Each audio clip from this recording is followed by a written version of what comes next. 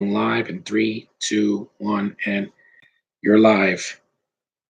Hello, YouTube. It's me, John Avenger, once again. Welcome. I'm finally back on, and I'm doing a live stream for you guys. I'm doing a commentary of the 2008 Iron Man movie. I'm right at the number. If you want to join me, you could be in the chat, and I'm going to discuss this film because this is the only MCU movie of the 20-something movies. Hello, Joshua J. the movie and MA guy. That I like that name. That's a cool name. I'm doing this is the only MCU movie, like I was saying, that doesn't have a commentary on the DVD or Blu-ray. So I want to do my commentary. There won't be any sound because I don't want to get a copyright strike from freaking Marvel or Disney. So it starts off, yeah, with the nice freaking scene. It starts off serious. This movie doesn't just start with jokes. You have Robert Downey Jr., who owned this role. This is the role he was made for him. Hey, John Salvatore Spano. Hey, John, what's up? What's up, Salvatore? We're here in Afghanistan, a place I'll never visit because that place is very dangerous and full of the most racist asshat Arabic people ever. Not everybody, just some of them. The ones in this movie are assholes. So let me say that. And this will not be a commentary for young children. So just to let you know, but this movie was awesome. This is what kick started the MCU. Without this, Disney wouldn't have $1 billion franchise. And I'm putting the subtitles so I can read it. Yeah, Downey Jr. just owns this freaking role. Look at him. Just he looks like Tony Stark. He acts like it.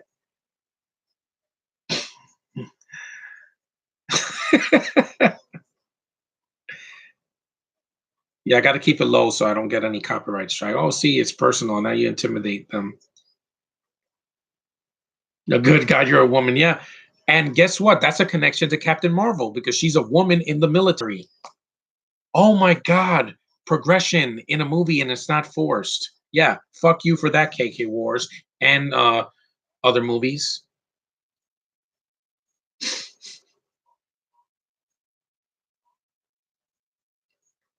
This dialogue is just fantastic. Jon Favreau did a good job directing the movie. I don't think he wrote the movie though. This is an awesome picture, by the way. Yeah, this movie came out in May of 2008. Just in case you're wondering, I was in college. I saw this movie on a whim. I was like, I hope it's really good. Yeah, I don't want to see this on your MySpace. Yeah, no, MySpace doesn't exist anymore. No one's on it.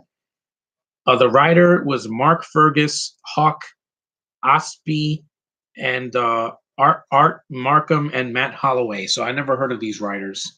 Oh yeah, Rambo 3 just remembered. Yeah, this opening is kind of like Rambo 3.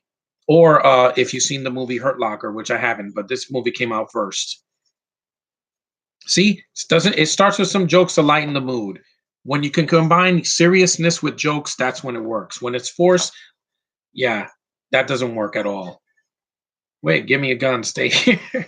Yeah, it's pretty dark. I mean, Disney would not make an Iron Man movie like this with another actor. Hell no. Especially since they know they can't replace Robert Downey Jr. He is Iron Man, guys. I'm not wearing a hat because well, I don't want to get a headache. This movie's awesome. I'm no footage because I don't want to get busted. Yeah, Robert Downey Jr. Like I said, he was going through a rough patch in his career at this time. He had a failed TV series, where he was on it. Have you seen Missing in Action movies? No, not a Chuck Norris fan, guys. Sorry. I saw some of his films. I've seen the Hunt Hitman. Didn't care for that. I saw the first I saw the Delta Force movies. I was not a fan. I thought the first one was okay, but there's not enough Chuck in it. And the second one was just kind of mediocre.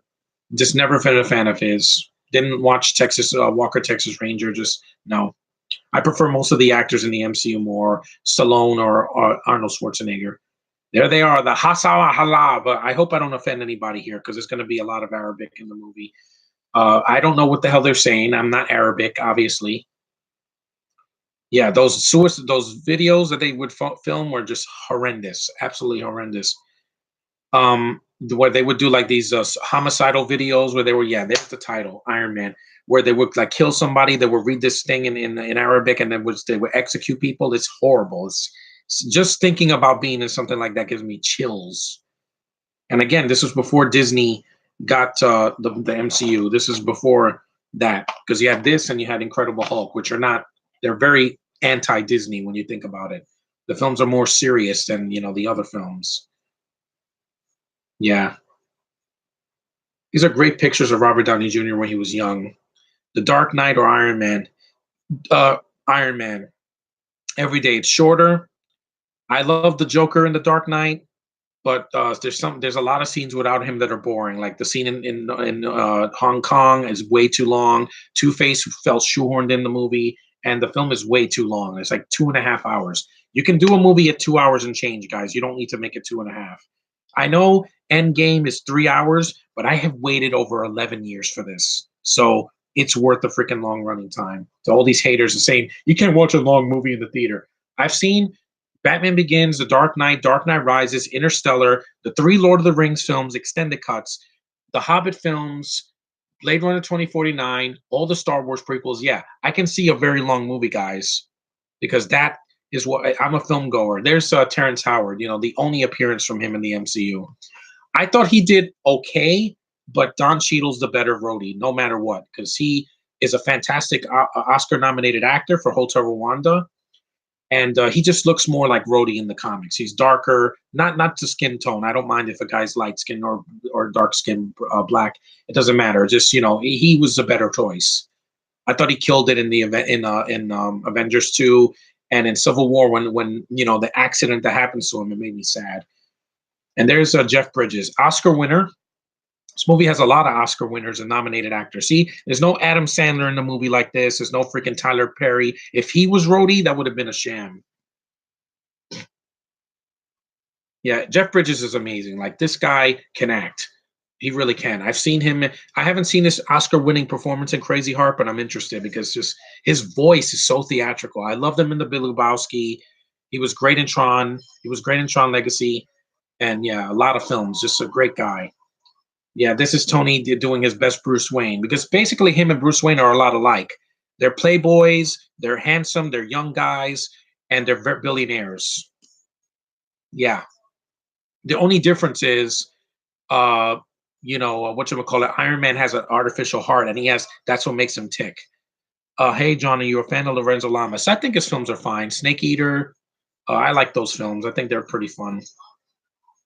I think he should do another movie again. I haven't seen him in a movie in a while. Let me just see what this.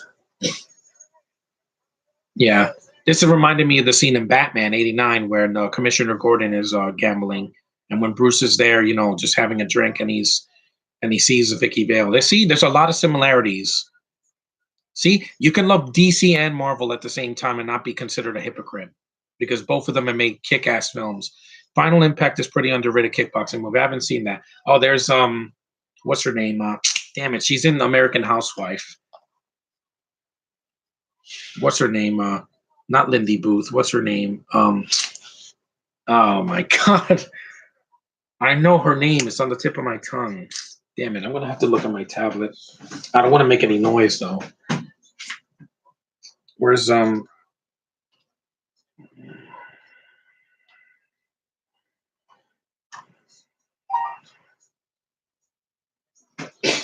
I forgot her name. It's not Lindy Booth. I know there's another actress. I know her name. I've seen her. She was recently in the American Housewife TV show in seasons 1 and 2, and I think 3 as well. Damn it, I forgot her name. And this is one of the few sex scenes in an MCU movie. This one and The Incredible Hulk. Shazam so far is being praised as the best DCU movie. They've said that about everything since Wonder Woman.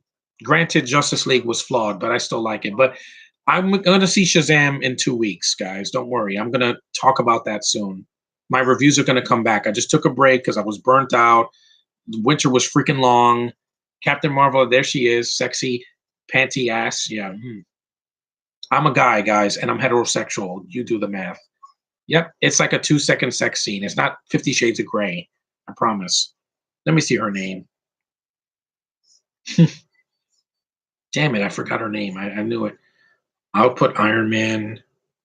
And also Paul Bettany's voice as Jarvis, pretty cool. It was great that he got to be Vision in the later films, in Avengers 2, Civil War, and in Infinity War. When Thanos took his freaking gem out of his head, that was pretty dark, man. Shazam, I'm looking, yeah, the Captain Marvel of DC, I'm looking forward to that, because superhero movies this year, we're getting really, you got some really sexy legs, girl. Let me see the cast. I forgot her name. Gorgeous woman, by the way. All these actresses that are married, their husbands are very lucky. This movie costs $140 million. Money's on the screen. The costume and the freaking special effects still hold up very well. What is her name? Obadiah Stane? No. Uh, yep, there's Gwyneth Paltrow. Freaking, I don't know why people hate her. I'll never get it. I've liked her ever since I saw her in Hook when I was a kid. Terrence Howard, Jeff Bridges, Sean Taub. He's Yinsen, the Arabic guy that helps Tony make the suit. Paltrow, Farhan Tahir as Raza. You have Paul Bettany, Leslie Bibb. Yeah, I knew it was like the baby what a baby wears. Yeah, you put it low. I don't want to. I don't want the music to come out. So yeah, Leslie Bibb, absolutely gorgeous woman. Like who was she married to? I think she's married to Sam Rockwell from the second movie. She's a beautiful woman. Yeah, blah, blah, blah, blah, blah. Yeah, Leslie Bibb. She's in her 40s, still smoking hot. Look at that. There's a picture of her from 10 years ago. That's a great smile. Yeah. She's married to Sam Rockwell. She married him in 2007, so a year before this movie came out. And she had another husband in 2003 and divorced. Yeah. She's lovely. I want to see another movie with her. She did the midnight meat train. Not a fan of that movie. I don't like the twist ending. It was just dumb.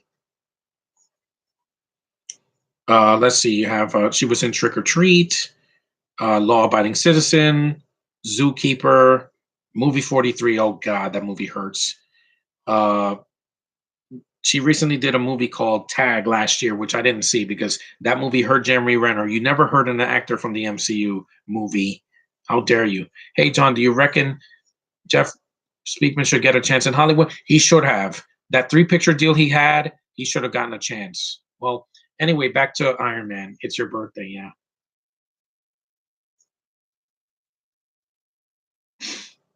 Her and by the way, Gwyneth Paltrow and Robert Downey Jr. You can't replace that. You cannot do that over again. That was once in a lifetime between these two actors. Really good chemistry. You know, it's the back and forth is like really, really well done. Even in the third one, yes, I'm gonna see the third one tomorrow. That one has a commentary, so you can hear that with Shane Black. But shame on you, Shane Black, for The Predator. Go screw yourself for that.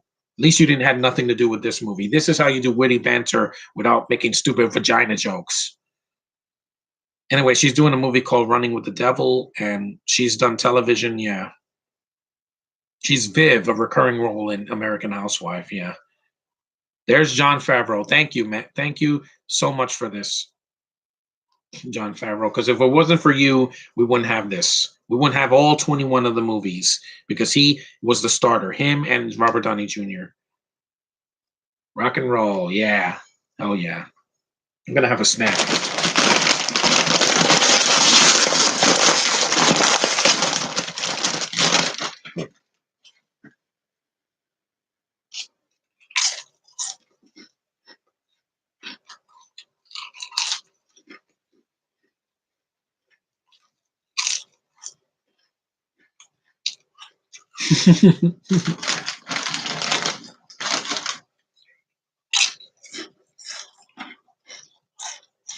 And Terrence Howard couldn't come back because of contract negotiations that went wrong.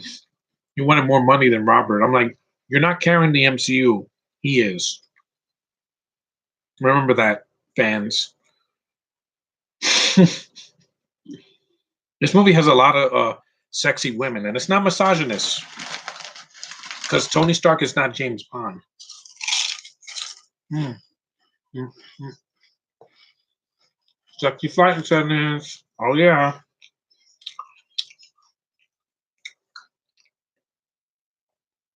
And let's face it, don't act like I only watch superhero movies for the guys. I watch it for the girls too. My girl, Captain Marvel, right behind me, she's gonna kick more ass in Endgame than people will know. And I'm so glad that she's not hobo with a stick. And there they are, the Afghanis.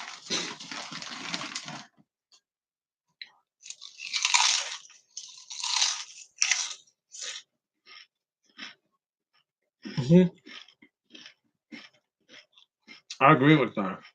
Speedman should have gotten a Perfect Weapon. Should have been a huge hit. It should have been nationwide around the country in 1991.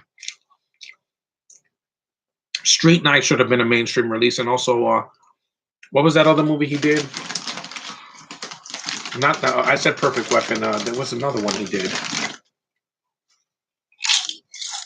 Deadly Outbreak. That was a badass movie. You forgot to wear your bulletproof cup. It's a good movie. None of them gets a good DVD release. I mean, Perfect Weapon is a Blu-ray, but it was released like a couple years ago. No special features, no Shout Factory release, just a regular release.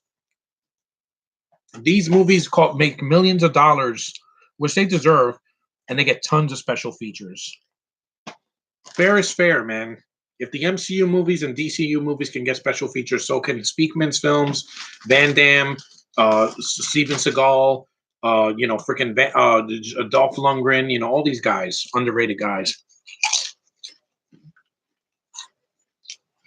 Disney makes 4 Star Wars movies in 5 years, and they don't even have good special features either. Have you seen the Bloodsport movies? I saw the first one and the 4th one, which is god-awful. I haven't seen 2 and 3. Oh, this is the scene where Tony, blows up, and then, he has to get his heart replaced. It's pretty dark. Like, you see it, that they take the heart out, and it's like, wow. Yeah, Robert owns this role. Nobody... If that was Tom Cruise, and they did what he wanted to do, it wouldn't have worked. See, there it is. They're taking the heart out. Yikes! This is disturbing, man. This is almost more violent than some of the recent horror movies we got that were not R-rated.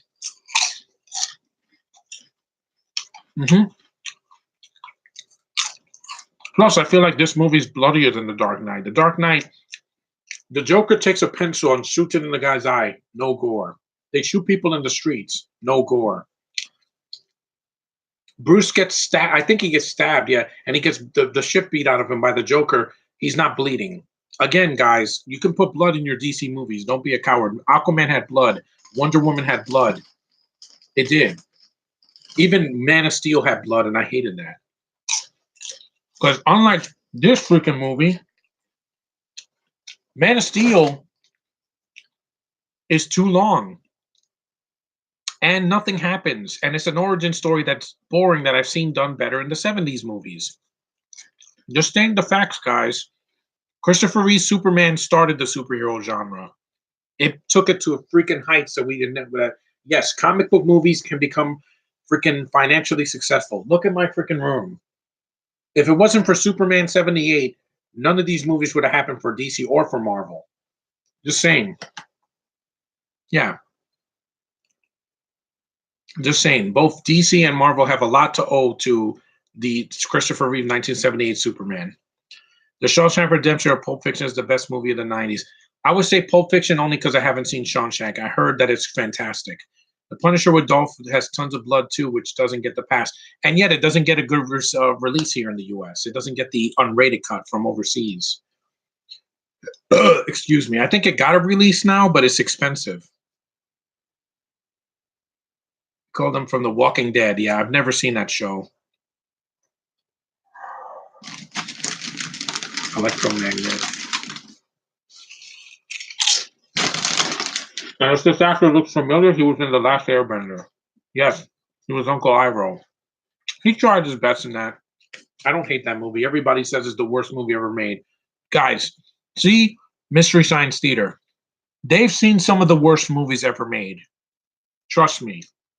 Movies that are so unwatchable, they have to use stock footage, bad effects, bad acting, bad writing, and quick cuts. Frank Castle and his family, yeah, I know. But like I said, if a movie's dark, don't make it PG-13. This worked because it came out at the right time. Right at the superhero hot spot. First you had X-Men, Spider-Man, the Spider-Man sequels, Blade 2, Blade Trinity, which was, wonky. Then you had Spider-Man 3. And then after this, you had freaking PG-13. Here's the Arabic guy. Ugh.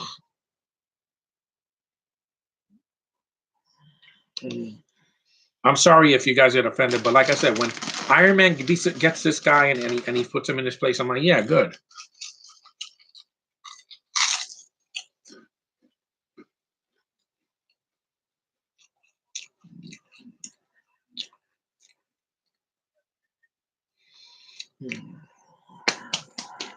He wants you to build a missile, of course. That's all these freaking Al Qaeda or jihads or whatever they want to do. They want to blow shit up and try to force their agendas on the people. I'm not going to get political on here because I'm not a political person. But like I said, guys, what is with all the hate? Why do people have to hate each other for just because of differences? It's minor differences.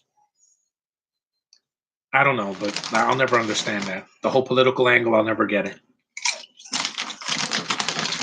People just have to have opposition, I guess. I mean, look at all the people that went up against her. And who won? We did. Almost $1 billion. Even this movie didn't make that at the time.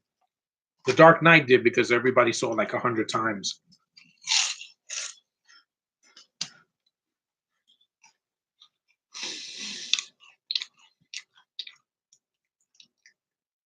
And there are some good people here on YouTube that are of Arabic descent. The completionist, Gerard, he's awesome. He's a really cool dude. His channel's awesome. It's a nice plug for him. Hey, John, which should you think is worse, Superman 4, Batman, and Robin? They're both terrible, but I think Batman and Robin, because that killed the franchise for like years. And also Superman 4, I liked it as a kid, but as an adult, of course, it didn't hold up. You see why I don't want to see Aladdin? Because I know it's going to be horrible.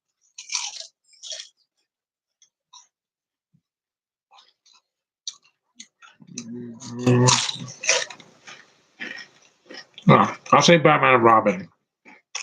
It was a bigger budget and it was a freaking disaster. Plus, George Clooney was a worse Batman than Christopher Reeve was in his last Superman movie. Superman 3 is underrated. I like the film. I like Christopher Reeve's performance. The Aladdin play today, the Broadway show, that Broadway show is amazing. That new 2019 movie can suck it. I am not seeing that. I'm not wasting my time. I saw the trailer. I saw parts of the trailer. Will Smith looks frightening as a genie, just nightmare-inducing. Here, yeah, nothing nightmare-inducing except for some of the imagery in Afghanistan.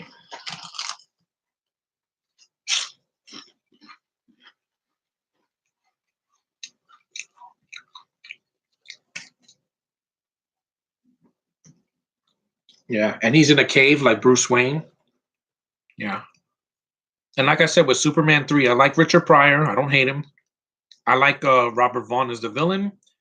I think Pamela Stevenson is one of the most gorgeous blondes I've ever seen. Yeah, fight me. I know she's foreign, but she was gorgeous. Also, Annette O'Toole is beautiful. She's still a knockout, even in her older age. And also, I like the action when it's there. I like the lighter tone. Yeah, there's jokes in it, but there were jokes in freaking in the DCU movies as well, and some of it felt forced. Like I'd see Superman 3 over Suicide Squad any day. Yeah, how many languages do you speak? Arabic, Urdu, Dari, Pashto, Mongolian, Farsi, Russian, and English, of course. But don't need to hear that in a movie. American English is good enough for me. Or Canadian English. A boots and all that, I love that. It doesn't bother me at all. The Arabic scenes kind of make sense because this was made at the time when people were taking over Egyptian countries. Yeah, and it was before Barack Obama was our president. And before Trump wanted to build a wall and said, fuck everybody. No, again, guys, I don't want to get political here. This is a commentary on the near masterpiece called Iron Man. Yeah, the villain is not the greatest, Obadiah Stane, but Jeff Bridges' acting is fantastic. Because he's like, Tony Stark was able to make this in a freaking cave. And I'm like, yeah, when Jeff Bridges yells, it's better than anything Ben Mendelsohn has done. Let me tell you that, because he's an Oscar-winning actor. Mendelsohn was just too much. Rogue One, he's like, I'm my authority, not yours. And I'm like, you don't have to yell. I'm not deaf, guys. I can hear fine. Yeah, I'm not deaf. I can hear you first fine. And again, overacting is overacting. At least when Jeff Bridges does it, it's fun to watch. He's just really good. He's really good. Get some water. Okay. Message retracted. Yeah. This movie it's interesting, to see him make his first suit and in the cave, and it's silver, and he has flamethrowers. It's badass. I like doing this. I don't want to tell my friends in the Nerd Pack because I don't want to have any interruptions, and I don't want Google Plus to crash me like last time I did a podcast with my friend Jaquez. Because that was too many technical difficulties. It was fun, but I could do without that.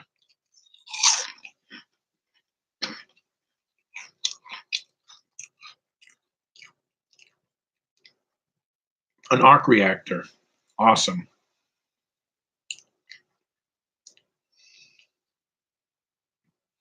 Yeah, we're almost a month. We're almost a month away from Avengers Endgame.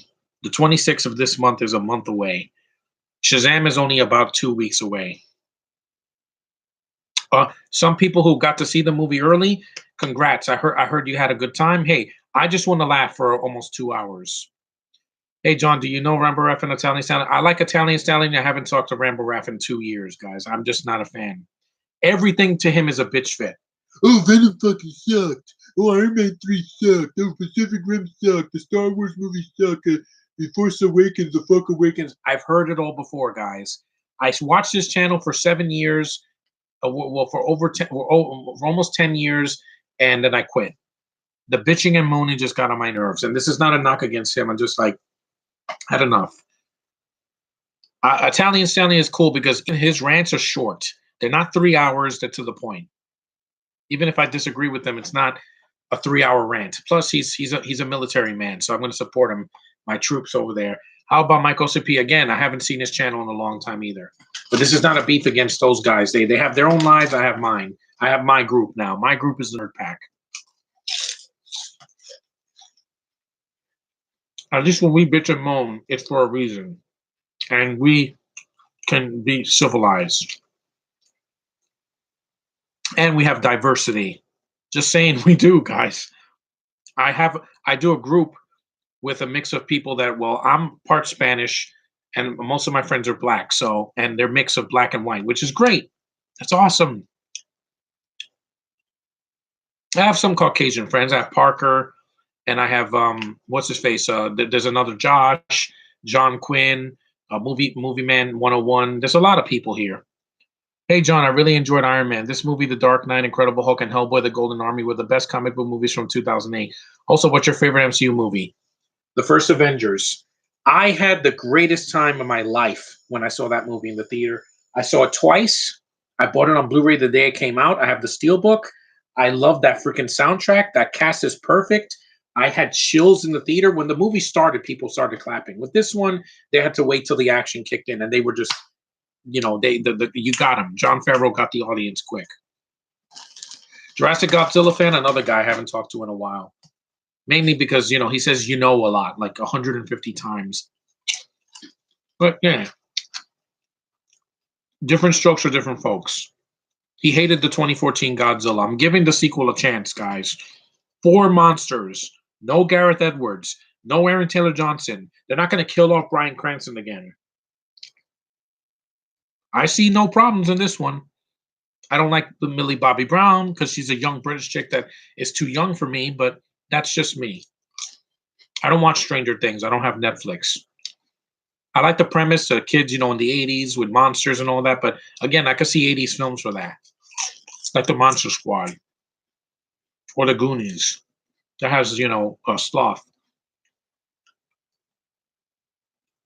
Yeah, this bald-headed guy.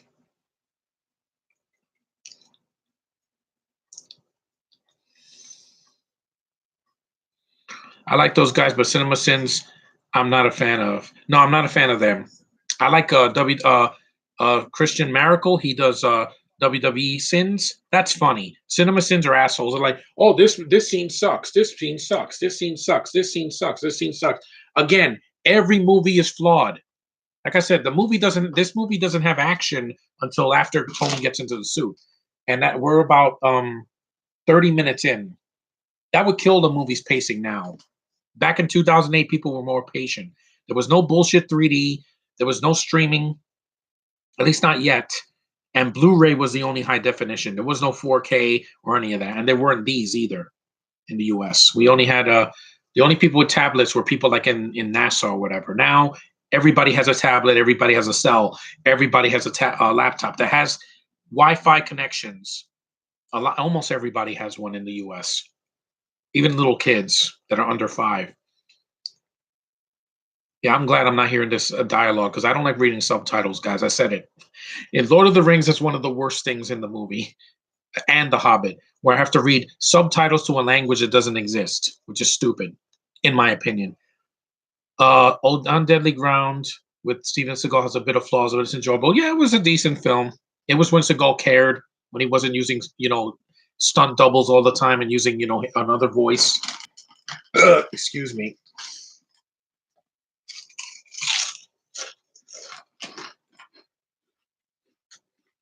This has been fun. He's building your Jericho. What's the name of the missile that he's going to get? Yeah, Downey Jr., I'm glad did this movie. After this, he got an Oscar nomination for Tropic Thunder, well deserved, by the way. And that, again, a role like that would not be done today. A white man playing an Australian that does a blackface, that would never fly today. Because everybody say, "Oh, this is racist. This is woke. This is a freaking a travesty." Because people said that last year with freaking with Black Panther. We can have diversity and not shove it down your face. And Black Panther, I love that freaking movie because it had cultural sensitivity. It showed how beautiful the African culture can be. And it was damn proud of it. And I'm glad that movie won Oscars. Take that, you woke hater, freaking douche nozzles on the internet going, "This is woke. This is woke." Then say that to every black movie that came out in the 80s. Like Coming to America. Did that have a woke audience? No. It was a funny movie with African culture. Or freaking Blade. Thanks to Blade, we have the Black Panther movie. Thanks to Blade. That was the first Marvel movie, even before 10 years before this one, that really set the bar high. Because that was R-rated. It was badass. Shoddy CGI, but the story worked. Your lead was great, and the villain was good, and the movie wasn't 3 hours long. And I've always said, thanks to Blade, we have these Marvel movies. They became successful. And Blade wasn't a comedy, guys. There's some jokes in it, but it's not ha ha ha, less funny. It didn't do what Spawn did. Spawn took a freaking dark story and made it into a joke with horrendous CGI. I know. I saw the trailer. I saw the scenes of the Nostalgia Critics review, and it's just, oh my god, that CG looks like shit. This CG was in 2008. Over 10 years later, and it looks way better because it still had some practical effects. Stan Winston, I think, worked on the effects. ILM did the effects, yeah.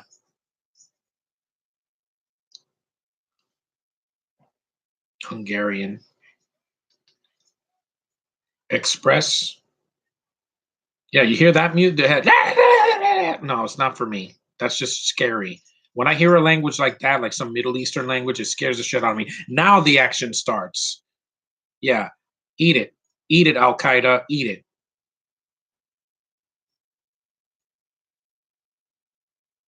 How did that work? Well, plot convenience, but again, that suit is awesome. It's straight out of the comics, that silver suit. He looks like the Iron Giant. Yeah.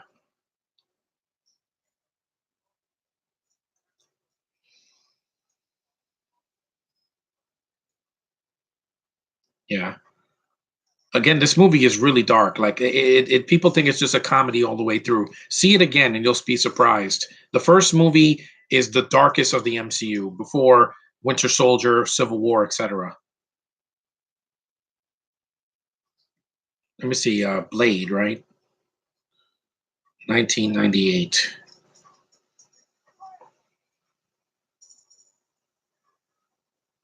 Jensen. A human with vampires. Oh no! Wait a minute. I was gonna check who did the effects. I think Winston did do the effects for Iron Man, like for some of the suit work. Not Steven Dorff. That's what was missing with Jurassic World. The Winston effects from the original, because he did practical effects. So in the new movies, they look like shit. These CGI monstrosities in Jurassic World and Jurassic World Fallen Kingdom, yeah. No, thank you. Yeah, he died a month after this movie came out, Winston. He was 62. Yeah, he did he do Iron Man? Yeah, he did. A special effects for Iron Man.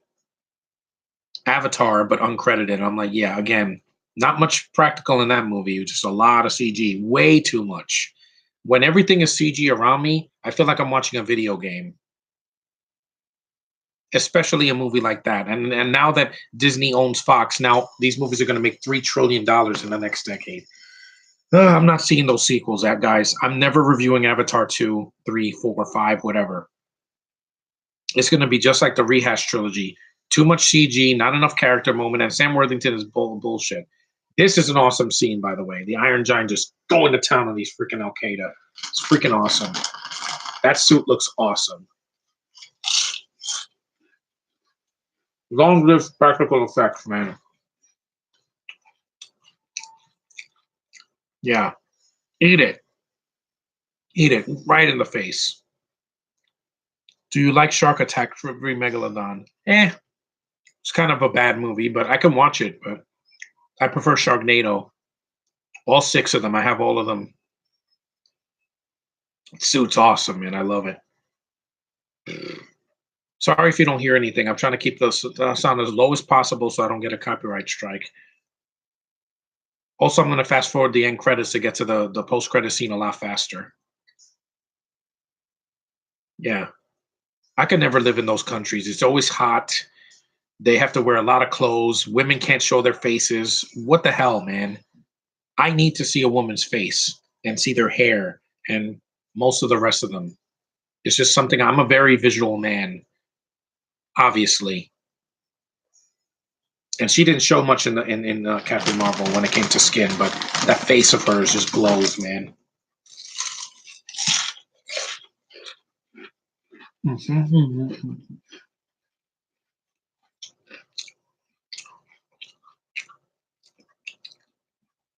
Yeah, this is when Yinsen dies. Awesome. Eat it, eat it. See, this looks great, and I can see what's going on. It's not poorly lit like Solo. It's not too much CG.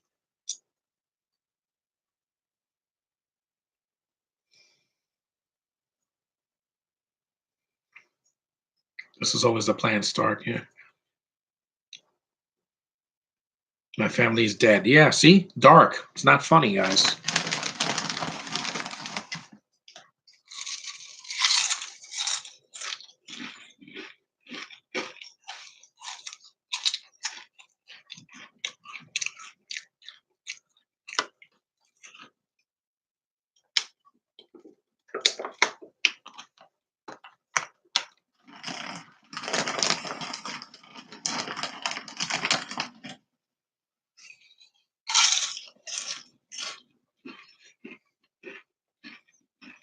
Here we go.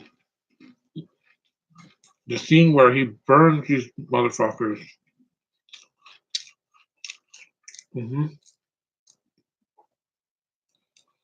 Yeah, in the Sharknado movies, yeah, you had Dolph Lundgren, John Morrison, and you had Lorenzo Lamas in like I forgot which one he was in. Bing, bing, bing. My turn. That's great. Roasty toasty. Yeah, that was badass. People were like, hell yeah. And I know the sequels are not as good as this one, but I still love the first movie. Like that, the sequels could never tarnish my legacy because the second one gave us the gorgeous Scarlett Johansson, and 3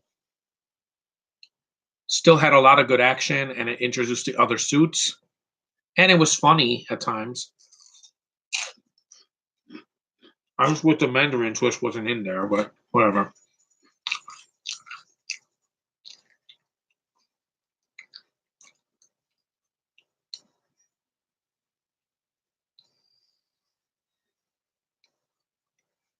I wanted to be back on YouTube. I didn't want to wait a month. You guys have waited long enough. You've been watching my stuff since. Hi, Charlie. Puth USA. Hey, what's up, Charlie? I'm watching Iron Man, the classic 2008 freaking movie from done by John Favreau before Disney did the deal with Marvel to distribute all their films in the MCU. That's awesome. He's flying. The score is good in this movie too. I forgot to mention the score. You had who did the score? Executive producer, visual effects. Ramin Ojawadi did the music. I never even heard of some of these people. I've heard of Favreau and some of the people that did the effects and the cast, but wow, I've never heard of half of the people that worked on this movie.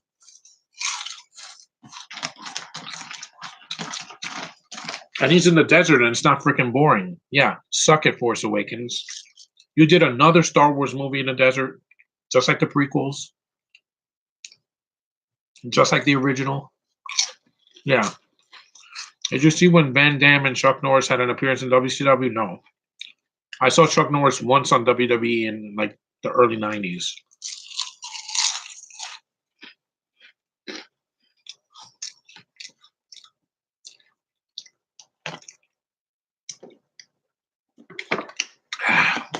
This film is so well shot, man.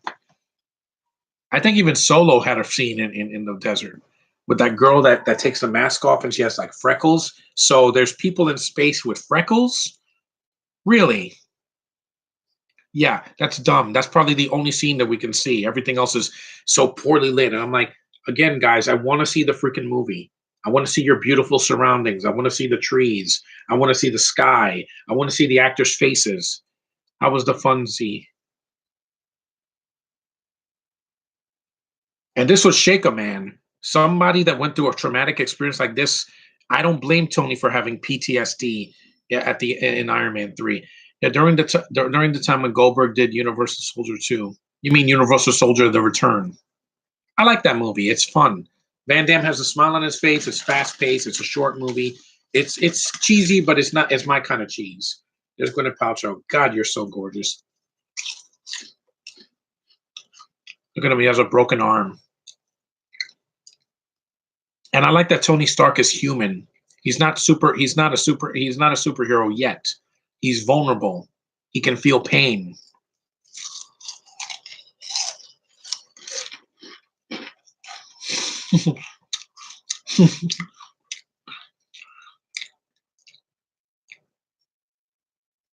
Oh,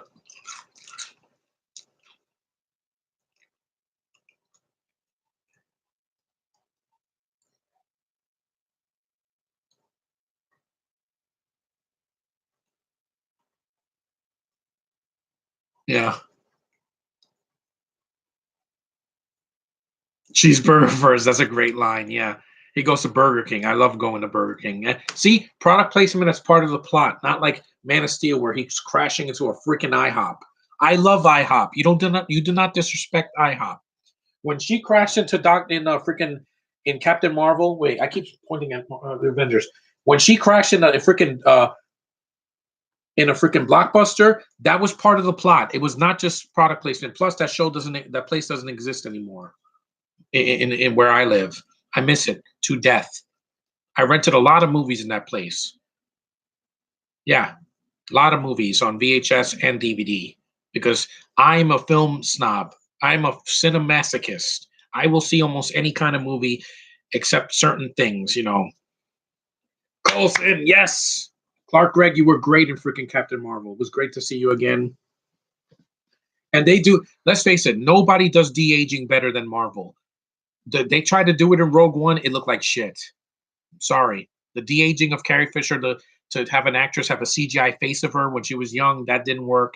And Peter Cushing, ugh, yuck. That looked awful. This looks it looks real. I'm like, I feel like I can touch it. Look, he's sitting on the floor. Man, you just owned it. Yeah, an American cheeseburger. I love that. Yeah.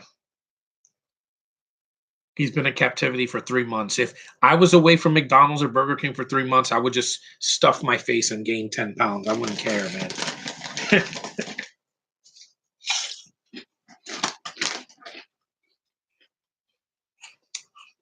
And by the way, this has a lead that I care about. I didn't care about Superman and Man of Steel. I didn't care about the Suicide Squad. The only one I liked was Will Smith, and he was taken away from us in the sequel. So good luck seeing the sequel without Will Smith. He was the best thing. Deadshot should have been he should have had his own movie.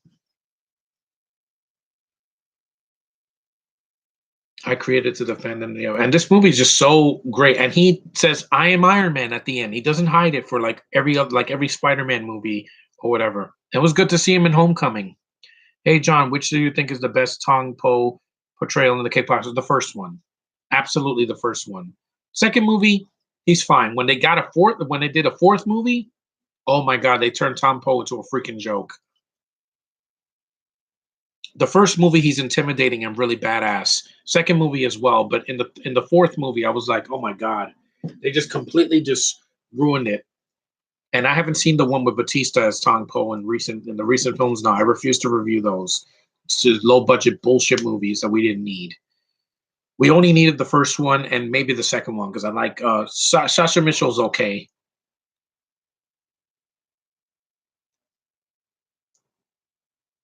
I just love the way the MCU movies look. Every single one of them looks fantastic. The camera work and the production values are always there. DC, it's very hit and miss. I thought Batman versus Superman had its moments. Especially the opening, love that opening because that was really well done. It was done in an artistic way to see Thomas and Martha Wayne die. Yeah, it was the 100th time we've seen it, but it was done well. And I thought Aquaman was beautiful. I love the way Wonder Woman looked. Suicide Squad was a rainbow colored mess. Freaking Man of Steel, everything they sapped all the color out of it. It's a shame to have color, and the rest of the movie's just boring. Like it's boring to look at. There's nothing beautiful to look at. Even Amy Adams looks like the soul was sucked out of her face. Here, Gwyneth Paltrow's actually acting, and Amy Adams is a good actress. But again, you want us to make baby bottles? It's kind of funny. Yeah.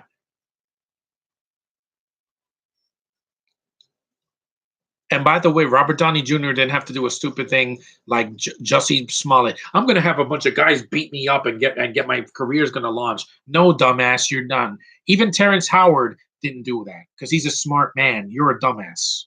He's gonna spend 3 years in prison for beating himself up. Dummy, you're an idiot, And this is not a knock on him being gay because I don't care. You want to suck a dick, that's you. That's not me. But if you're a dumbass, you're a dumbass. There, end of story. I'm here on YouTube. I'm uncensored. I'm not gonna, you know, uh, compromise. Yeah, in the fourth one, Tong Po was played by Camille Criffa, who was in Double Impact and Death Foreign. He's not the problem. The writing they gave him was terrible. Like he's like doing jokes and he talks too much and he loses his edge. It's like if they did what you call it Bloodsport and you had who was it the villain in that. And then in the second movie, he's like cracking jokes and drinking a beer or something like that. It'd be stupid, wouldn't it?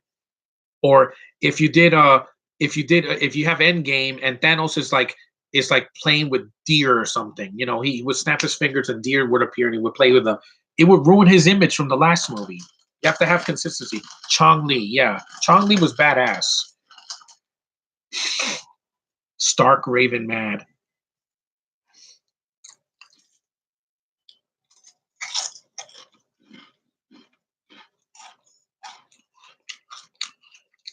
Yeah, he's gonna do a Kylo Ren destroying stuff. Yeah.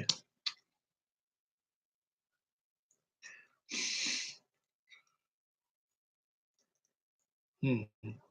How big are your hands?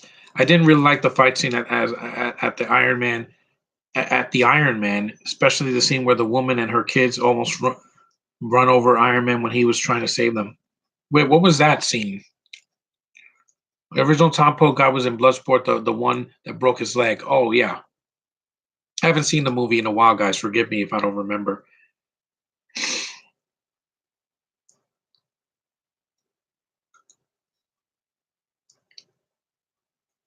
Yep, that arc reactor that he still has inside of him.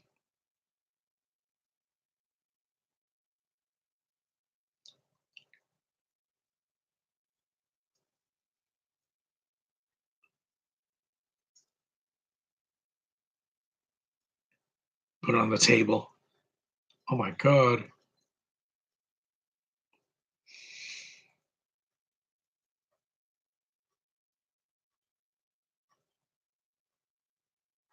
do you mean operation? Yeah, that game Operation where you grab the little things from the guy's stomach or his knee or whatever.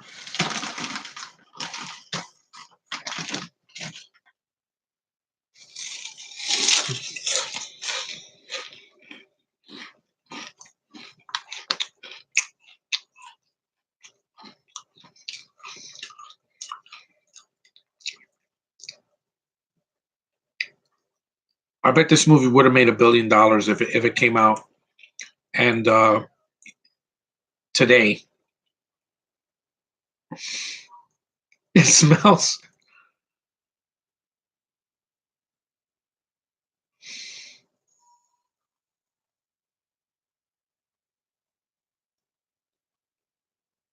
I still need to get Iron Man 2. I'm going to get it probably in April so I can see Scarlett Johansson's gorgeous ass again because I see her in that movie and I just lose my mind. I'm like, her entrance when she's walking and she goes into the ring and goes like this. I'm like, oh my God, you are so gorgeous. Those big juicy lips and that face and those green eyes and that, that gorgeous hair and this. I'm just flipping for her, man. Her and Brie Larson in the same scene. I'm going to be a happy camper when I see that next month. I just love beautiful women in movies. What can I say, guys? I enjoyed some of the DCUs. I didn't hate Man of Steel or Suicide Squad. Those movies are flawed. I also like BVS, Aquaman, Wonder Woman, Justice League. I respect your opinion. Thanks, Joshua Russell. This is like the fifth Josh I've known because I have like 3 friends named Josh on Facebook. How far we into the movie? We're almost an hour in. Still got a long way to go.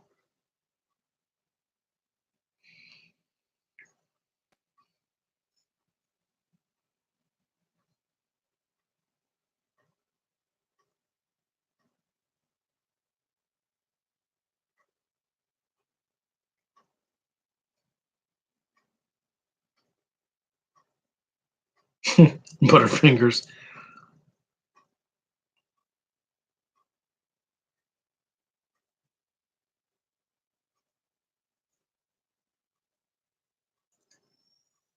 Yeah, I'm sorry if I'm not talking. I'm just mesmerized. The future of the aircraft. Yeah, and look, jet fighters, just like in Captain Marvel, they're wearing the same outfit. See, everything is connected in the MCU.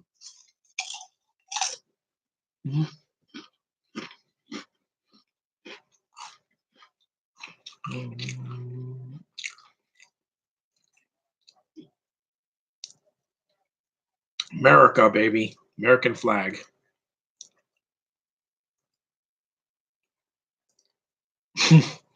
I was 2 when Spring Break 1987.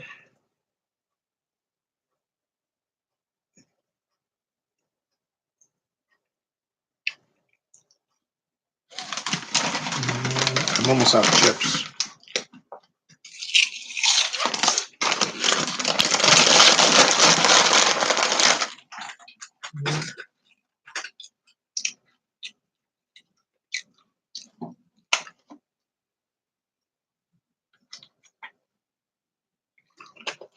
Hold on, I'll be back. I'm gonna go get something else to munch on. I can't see a movie without popcorn.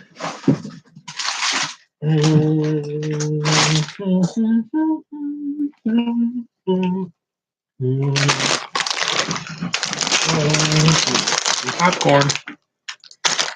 I'm not gonna eat the whole bag. I'm just gonna eat as much as I can. I had an early dinner.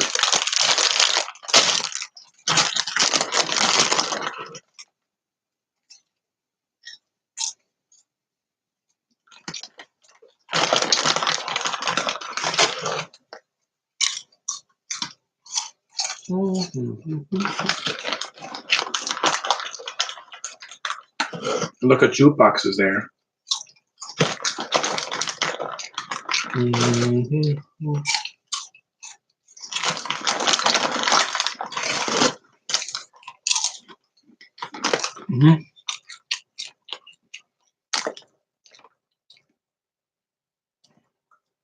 Oh, this is when the scene where they find the scrap metal Tony left in the desert. Again, a nod to Star Wars. Look, sir, droids. Cool. I should have done this a long time ago, like a year after I got this movie on DVD.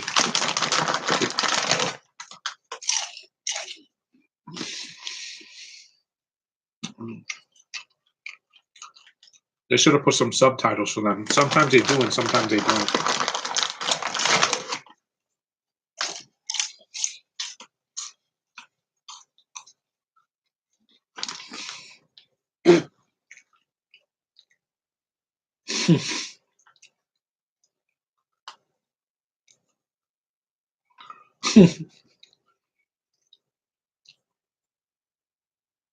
It's like RoboCop a little bit too when they're building the suit.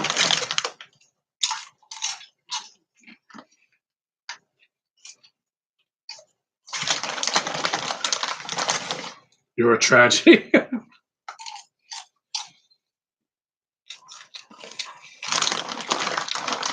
Do you also think Don the Dragon Wilson or Gary Daniels should get another chance? Yeah, I like some of their films.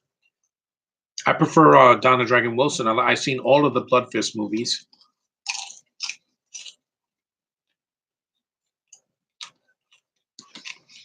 Oh, this is when he does the test flight and he just knocks into the wall like a Looney Tune. This is the funniest scene in the movie.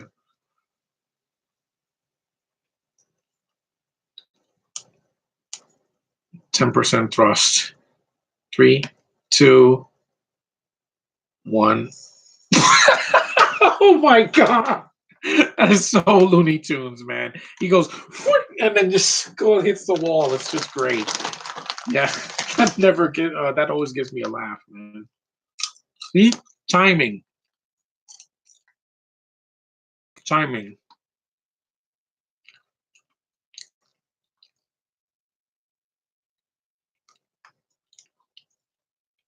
And I know that the trailer for Avengers Endgame started with Tony in space being like, oh my God, it's great because it shows Robert Downey Jr.'s dramatic side, which we've seen a lot of.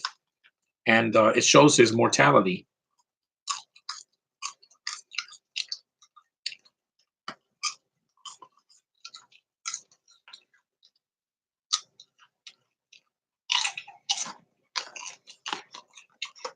Mm-hmm. It's funny, have you seen Spider-Man Into the Spider-Verse yet? No. I have to see it in spring sometime.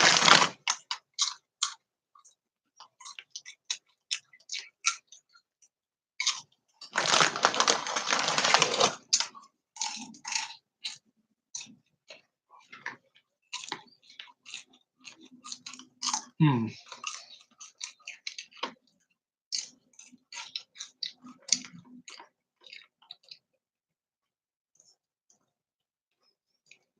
Yeah, Spider-Man Into the Spider-Verse. I heard great things.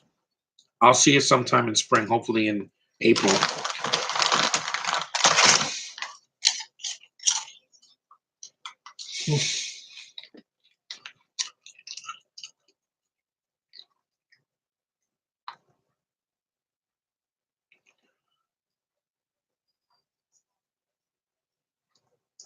Yeah.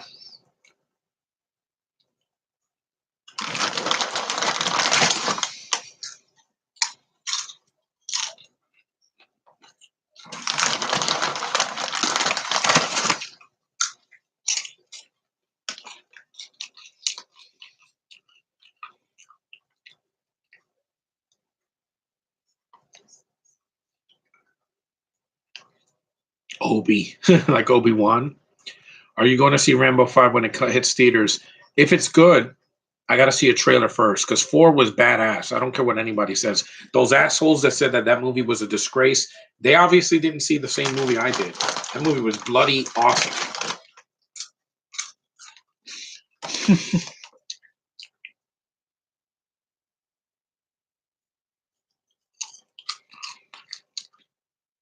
2, 1, and he's flying. That's awesome. That looks great.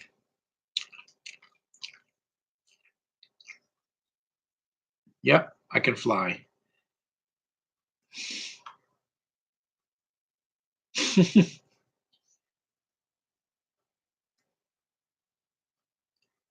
Two, one, flying. It's amazing. See, that doesn't look stupid. Even in Captain Marvel, when she's flying, those are some of the best scenes in the movie.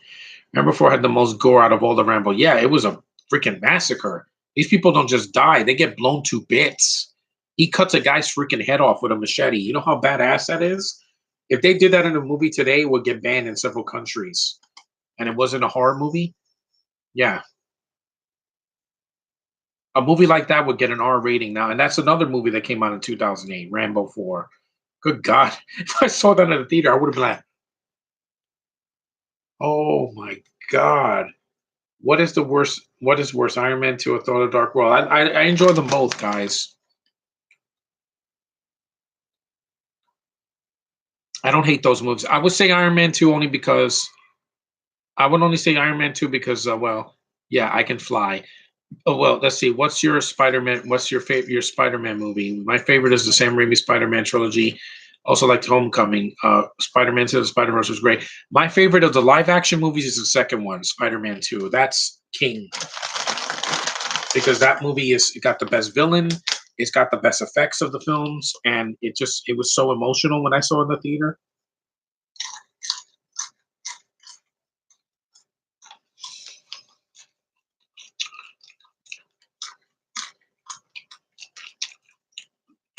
Because the thing is, I just recently saw Thor: The Dark World again. It still makes me laugh. Iron Man 2, I enjoyed in the theater a lot. There's a lot I love in it.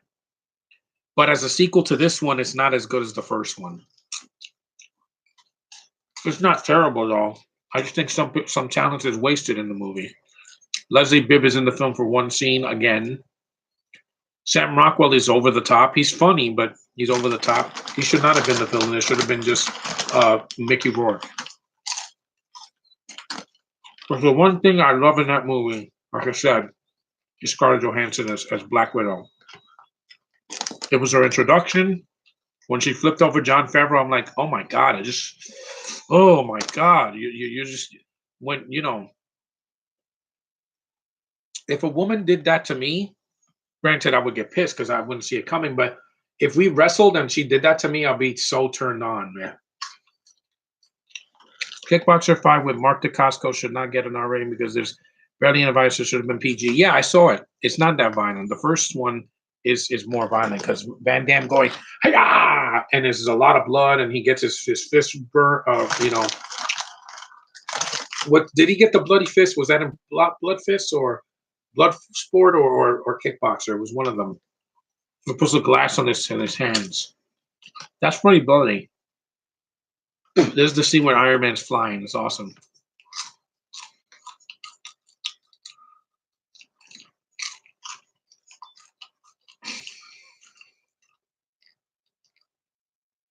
It's awesome.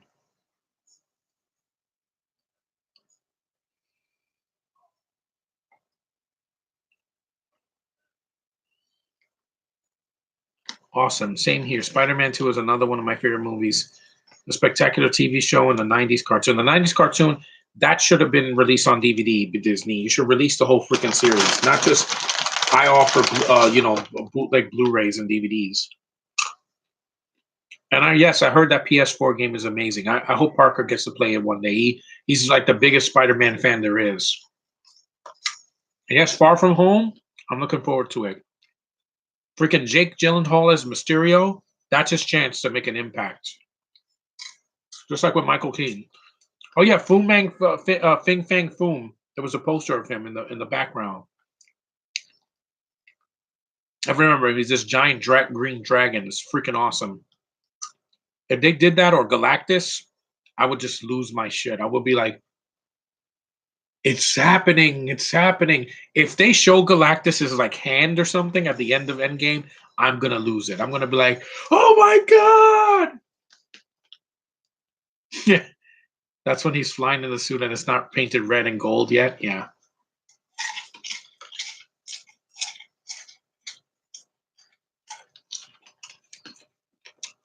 They should give a proper release for the Kickboxer sequels with Rasha Mitchell, yeah, on Blu-ray.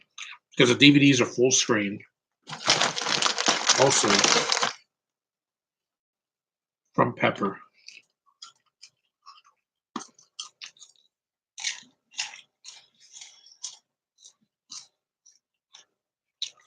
Proof that Tony Stark has a heart. He does. And it's still beating. Mainly because Doctor Strange saved his life. He said, spare his life and I'll give you the stone. It's a good trade-off because I don't want Iron Man to die, guys. He's my favorite character in the MCU. Absolute. I adore Captain Marvel. Can't wait for her to lead the next Avengers. Right there, right there. But like I said, we need some time to let her grow. And, you know, she already has a built-in audience. As soon as she was in the suit, people lost it. They were like, holy shit, that looks awesome.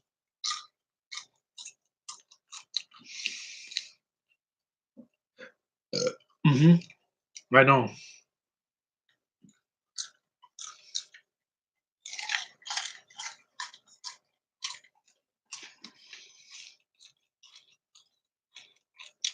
And they use big words in this movie.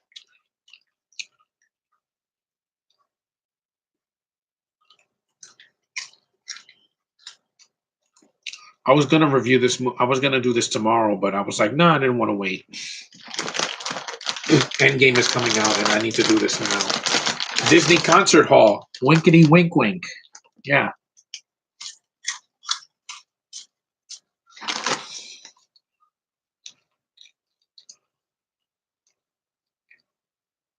Jarvis is kind of like his, his Alfred, just as a voice.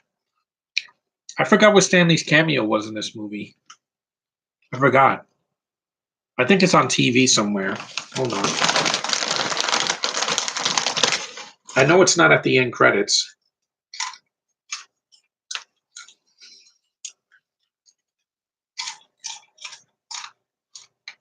So this movie takes place after Captain Marvel because Nick Fury has the patch, etc., etc.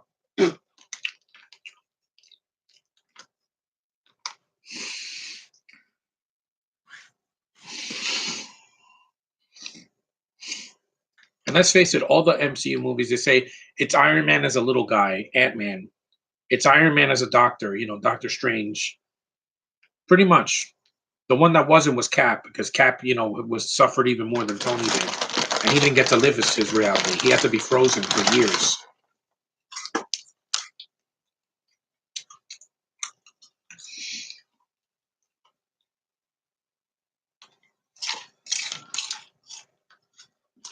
There it is. Nice fruit, Robert Downey.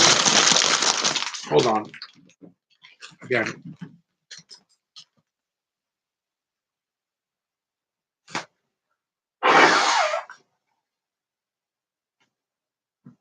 Okay. You can never be too sure. Take it slow, yeah. Yeah, Captain Marvel is doing the MCU proud. It's the 21st movie, 20 films after this. And it's the first that's going to make $1 billion with a solo female superhero. That kicks so much ass in so many places. What does it say here? The Stan Lee cameo is when he shows up at Tony Stark's party and people mistake him for Hugh Hefner. That's the second movie. The first movie I'm talking about, not the second movie. I'm currently watching all the MCU movies before Endgame. I just finished phase one. Also, what other movies are you going to see in the theater? Shazam, Endgame, of course, possibly John Wick 3, and definitely Godzilla King of the Monsters, because I have waited 4 years for this. Well, 5 years. And I love it. You look gorgeous, Gwyneth Paltrow. That red hair, Josh must go crazy when he sees her. I'm like, yikes. It's the same dress, I think, that Gal Gadot wears in Wonder Woman. It looks just like it. The first Stanley cameo. I don't know if it's in this movie. I know he's in it, but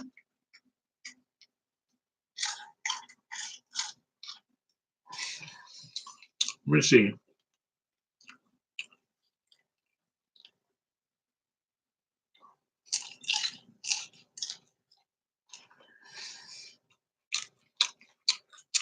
You look great.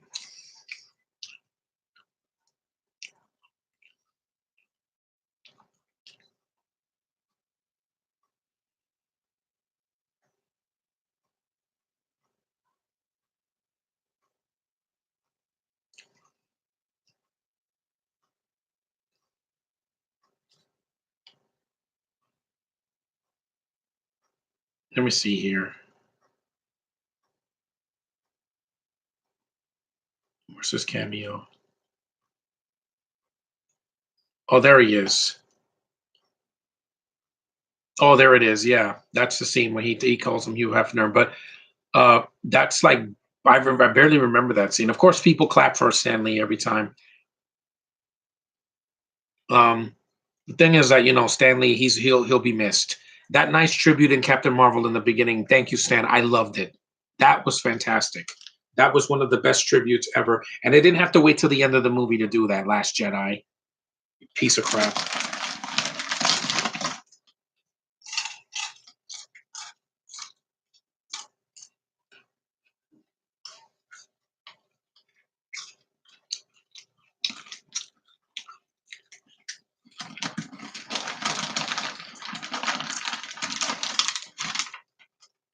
And the sexual tension between these two is fantastic. It's like in his mind, it's like, God, I want to kiss you. God, I want to kiss you. God, I want to kiss.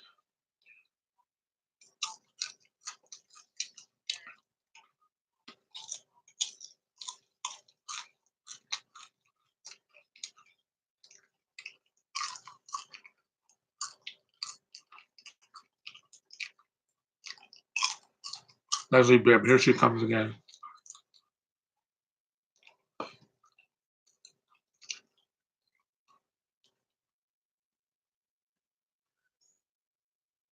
Christine Carrie. She looks like a Carrie. It's so good to do this commentary without having like 10 other guys, talking at the same time. I don't mind the chat because I could just read it and pay attention to the movie.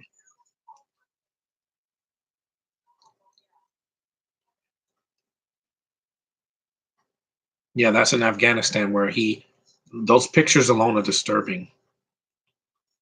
I love the scene. There's a nice nod to RoboCop when he punches a hole through the wall. That's straight out of the first RoboCop movie, the good one, the '87 movie, not the remake.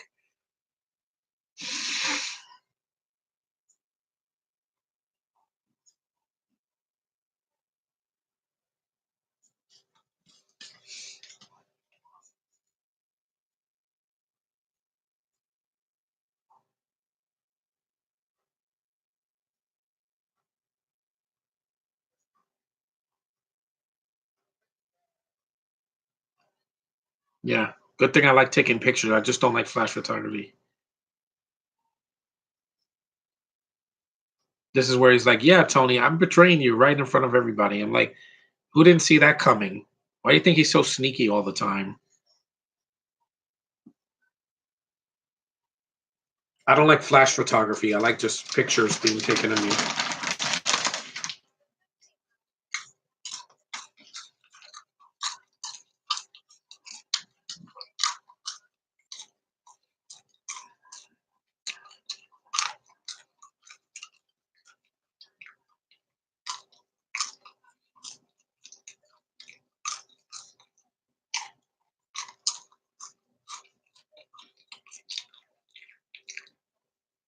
The chat kind of went dry on me. Just seeing these scenes again, I'm like, wow, very reminiscent of the stuff that's happening in the world today. Seen in the '90s Spider-Man animated series when Black Spider is screaming "Shocker!"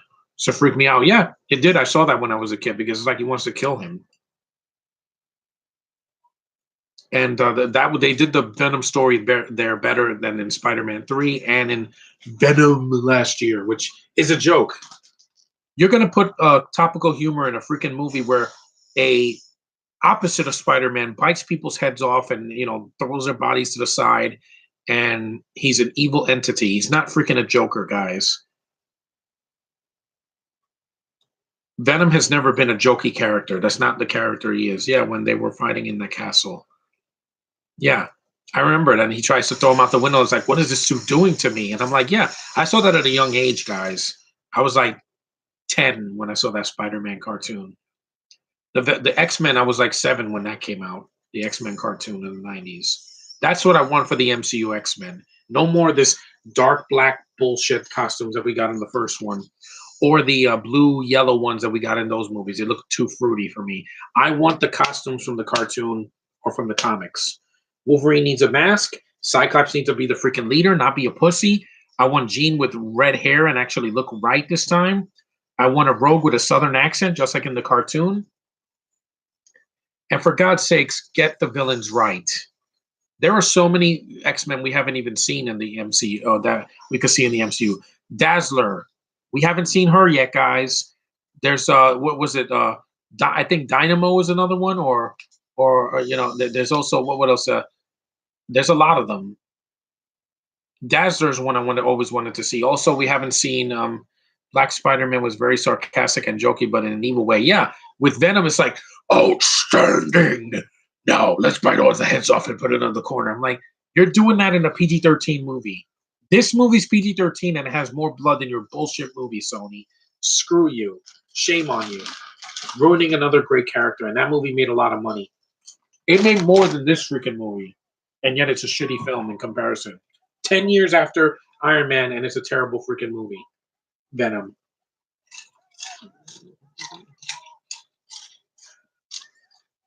You know how evil these people are? You see why I don't want to go to those Arabic countries? Because they're assholes. A lot of them are.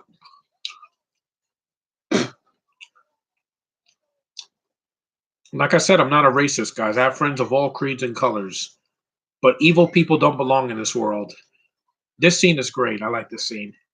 The kids that are trying to be.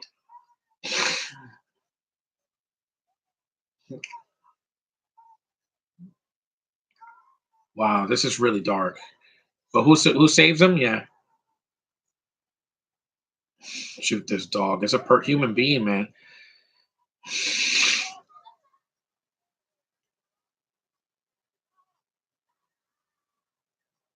This has more emotion in 5 minutes than the whole freaking 2018, 2019 thing. There's the dude. Yeah, freaking awesome. Yeah, eat it, freaking Al Qaeda. Suck it.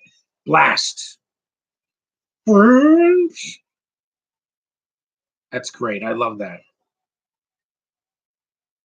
The Iron Savior. My favorite episodes has to be the Alien Costume, part 1, 2, and 3 in the '90s Spider-Man animated series. Good choice. Awesome.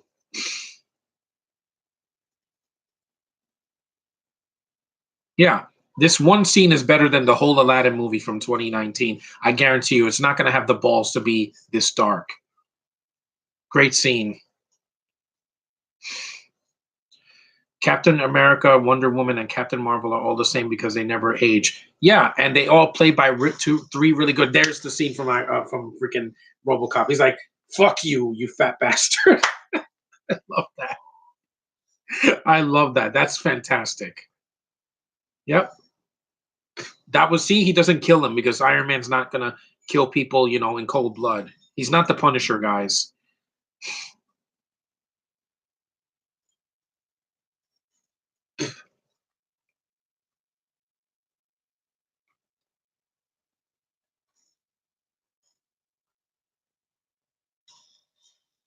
Yeah, eat my freaking missile, asshole. Boom. This movie puts a Michael Bay movie to shame. Shame on you for making Age of Extinction freaking almost 3 hours. This movie is under 2.5, and it does it better. And the explosions mean something. I haven't enjoyed a freaking Transformers movie in years, man. I heard Bumblebee was good though, because Bay had nothing to do with the directing. A movie needs more than just explosions and good action. It needs characters I care about.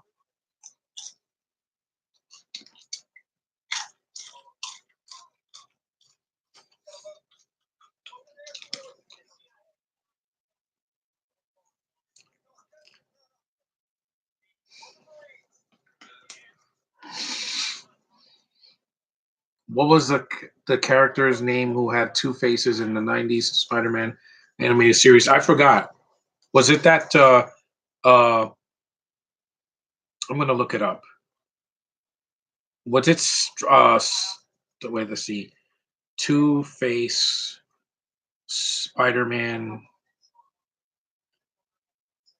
'90s character.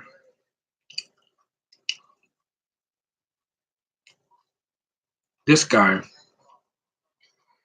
This is who is this guy? Herbert Landon. That's the guy that's got two faces. I never heard of him. Let me just look him up. Herbert Landon is the Two-Face guy in Spider-Man. He was working with Scorpion in that episode. Yeah, that's another character I want to see more of. They showed a cameo of him in Homecoming. I want to see that.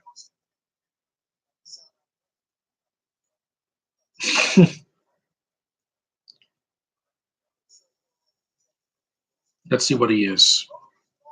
Yeah, he's the Two-Face guy. It's not. It's not. He's a scientist and former head of the Herbert Foundation. He's used the Foundation in his vendetta against the mutants. So maybe he'll be in the MCU one day. Following an accident, he was partially mutated and began working with the crime lord Kingpin. That's another character I want to see in the MCU because the Daredevil TV show got canceled and now there's no Kingpin in the MCU yet.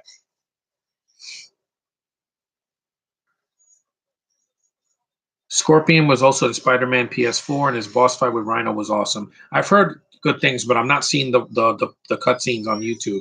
I don't want to be spoiled. I want to play that game going in blind and just enjoy myself.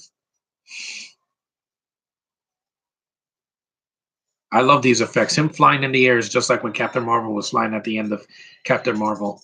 And they haven't called her that yet. They've called her Veers.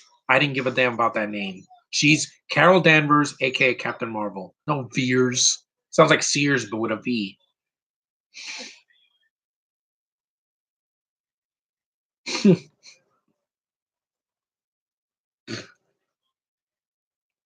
Who do you think is the best Punisher? I like the Thomas Jane version.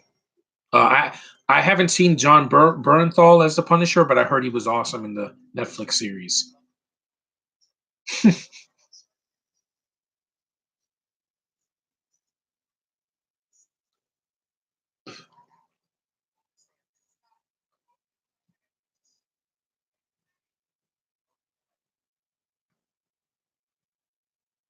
It's me. That's from Spider-Man.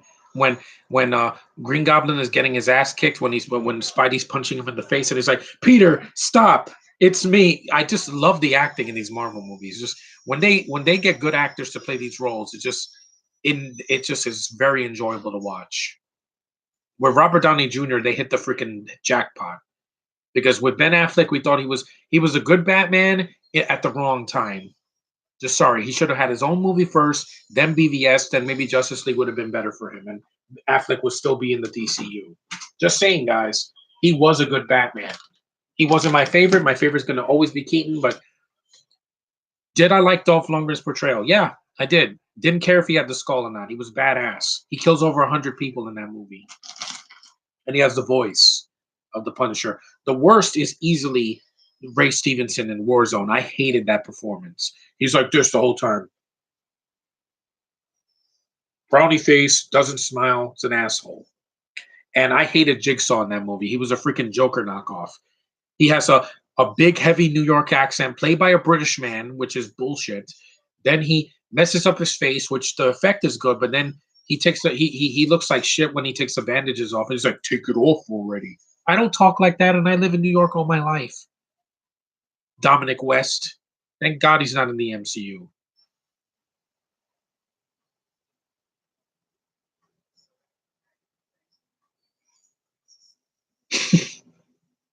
And I like that these movies are PG-13. They don't hold back on the curse words. They just can't say the F word because kids are going to be watching.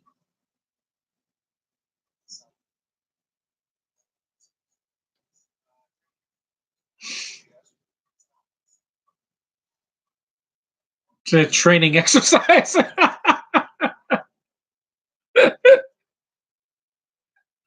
This movie cracks me up, man. It has the right jokes and light tone when it has to, especially after so much tension in the movie. It sucks that the Punisher, when direct to video in America, except other countries, I know. It also has Louis Gossett Jr. and it's good and it's short. Hello, sexy legs. And let's face it, the MCU has some of the most gorgeous women I've ever seen. Natalie Portman, Scarlett Johansson, Evangeline Lilly's gorgeous face. The one woman that they have in the DC universe that tops them is Gal Gadot in one way or another because she's just gorgeous, absolutely gorgeous. Oh yeah, watch this face. This is not the worst thing you caught me doing. That's like a Deadpool joke. That's great. That's fantastic. Alien turned into a stage production by New Jersey High School. Wow, that must be really dark. You got to get both a PS3 and a PS4. There's so many great games on both systems. Infamous, Uncharted, the Grand Theft Auto, Batman Arkham games, Red Dead Redemption, Last of Us. I'm getting a PS4 hopefully in the spring. It's going to be working so I can get one. Yeah. Shazam film review. DC Comics gets a bouncy burst of big screen ubulance. I'm going to see it, guys. Don't worry. Shazam, I'm going to see it. Because the thing is that it looks fun. And the lead is a guy.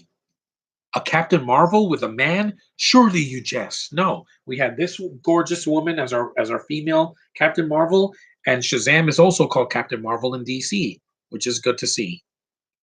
And I can't wait to see him because he's so good. There's the suit.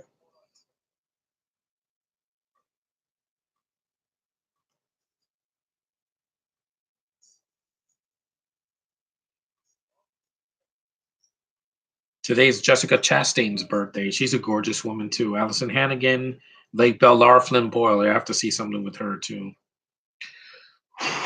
Kelly LeBrock, no thanks. We have a common enemy indeed, but yet who ends up fighting Tony at the end? That's Obadiah Stane, not this guy. This freaking guy. Well, let me just say one more handful of popcorn.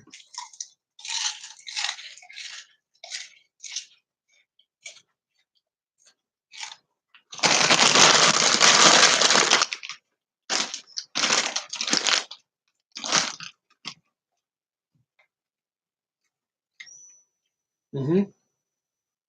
Yep. Hear the sound.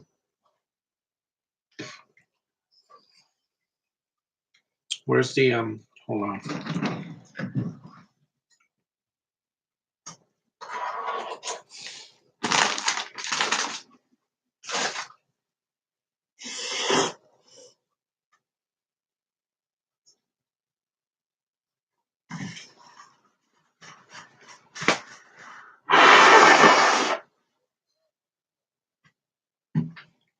Okay, I'm back.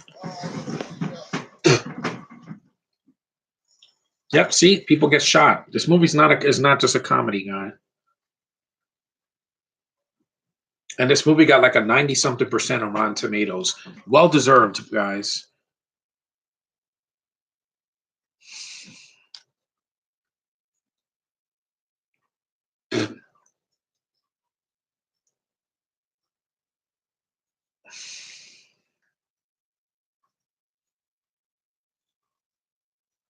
Hold on.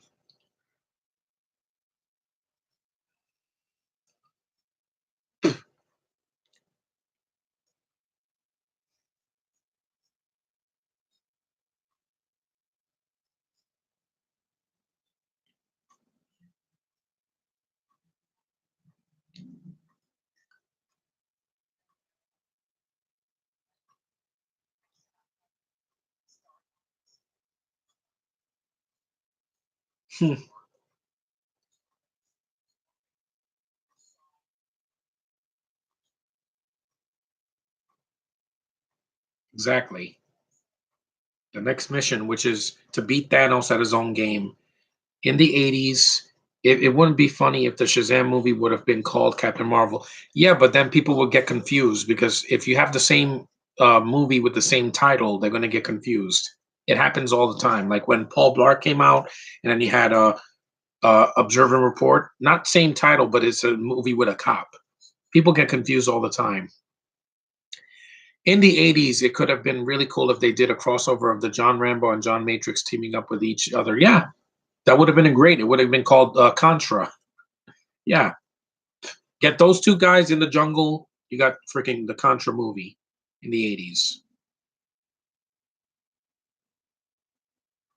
Yeah, this movie just still works, man. 2008. Wait, message retracted.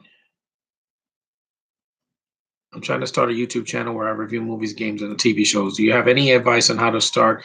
Also, since you're getting a PS4, am I going to start reviewing games? Yeah, when I get Kingdom Hearts 3, I want to play the game and then say my thoughts because I want to show I want to show exactly my reaction when I play that game. I want that game more than anything, more than any game this year, because my friends have played it, they loved it. It took a lot of hours of their time in the winter. Now it's my turn. To start your YouTube channel, just do what comes natural to you. I started doing videos, quick reaction videos. I did reviews. I showed my collectible stuff, toys, comics, video games, movies, etc. So do what comes natural to you, man. Josh.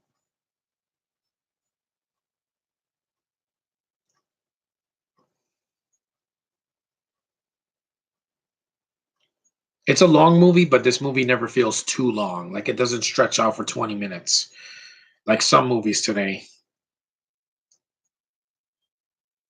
Shazam is only a couple of minutes longer than this movie. Let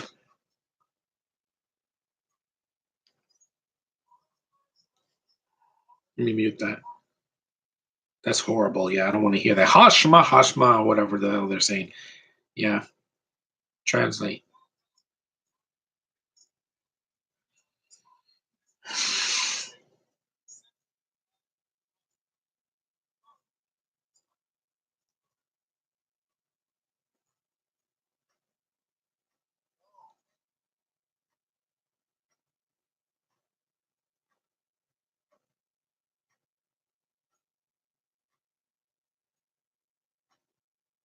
This is great. It's just, he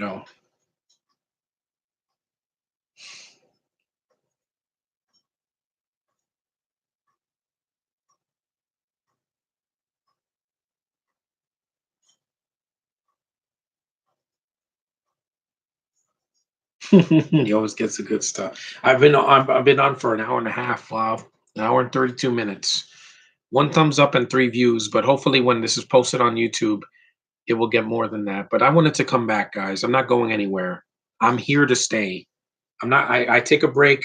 My videos took a break. I'm going to come back and just do some random videos before April. It's funny how Commando and Rambo: First Blood Part Two both came out the same year in 1985, where they both used the same name, which I believe Sly and Arnold began the rivalry together. Yeah, in a way. But they did Expendables and they patched things up. And they never really hated each other. They just had a rivalry at the box office.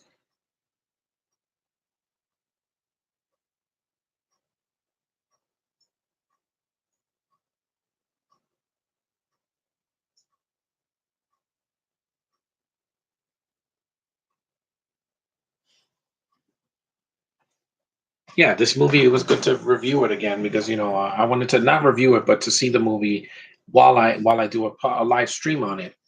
And don't worry, this is not going to go past 2 hours. It's a great freaking movie.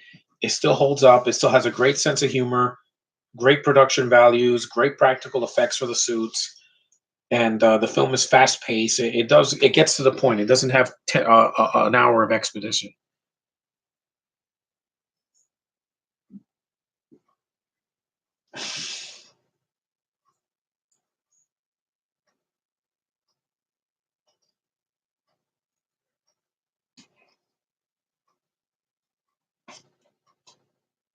And I was lucky to get this because this has the second disc of special features. The DVD only has deleted scenes and extended scenes.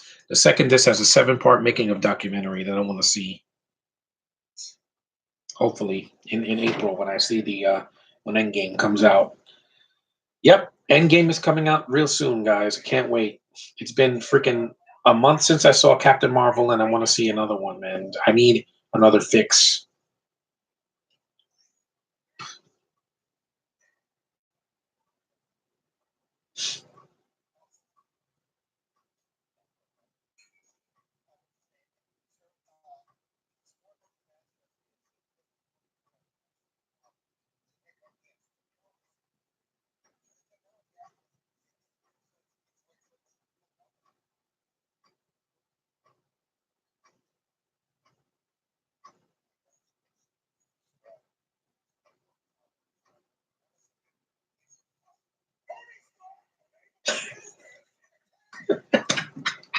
That's a great line.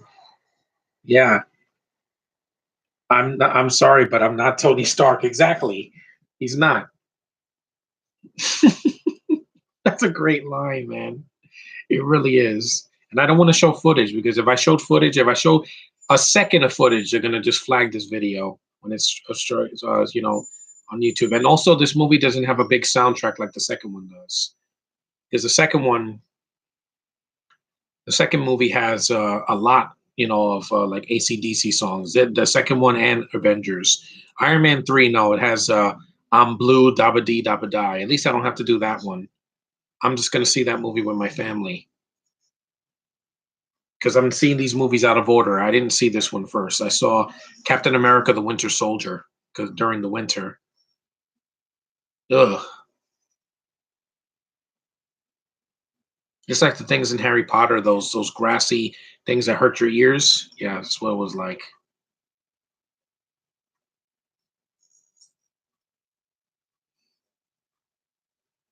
Killing the golden goose. No, she's the golden goose now.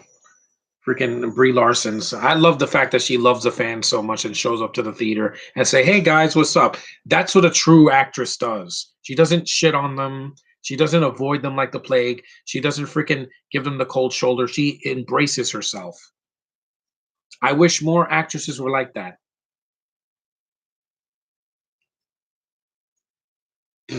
You don't have to be. Not every actress needs to be friend. Not every actress is friendly. I get that, but sometimes it pays to be nice to people, man. Especially her, because so many people were not nice to her, and she's got the last laugh now, just like Robert Downey Jr. did.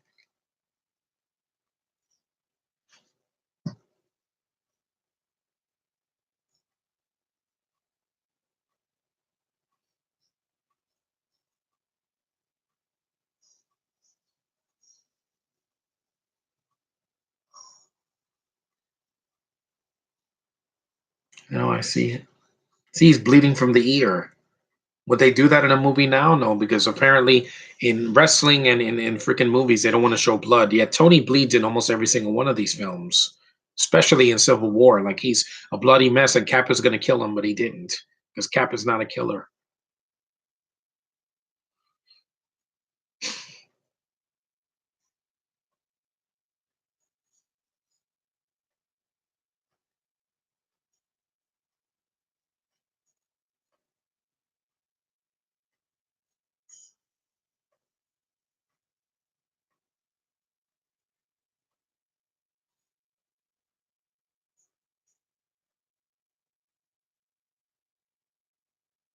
Hmm. But she does live, and she's probably going to fight Thanos. Who knows?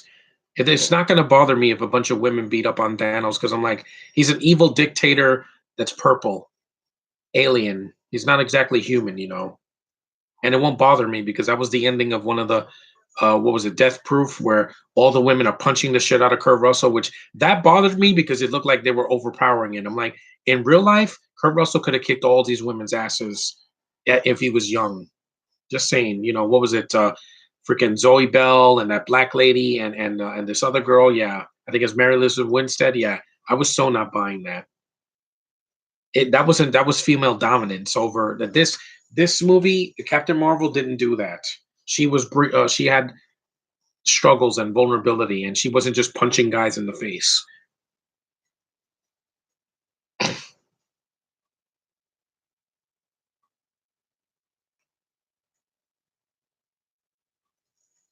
It's a great scene.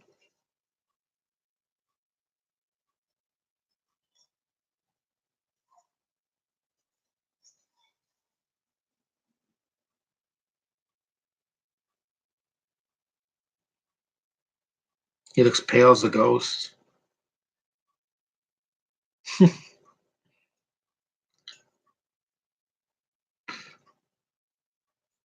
The claw.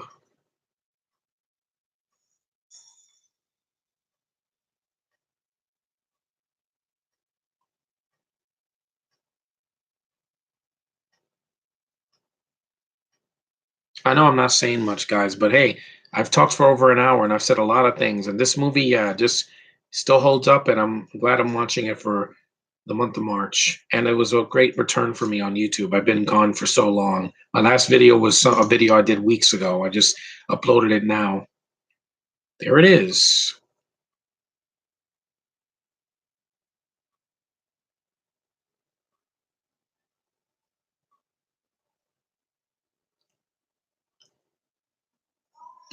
One thing I don't like is that Rhodey doesn't have much to do in the movie until the second Avenger. I mean, the second Iron Man, when he's recasted.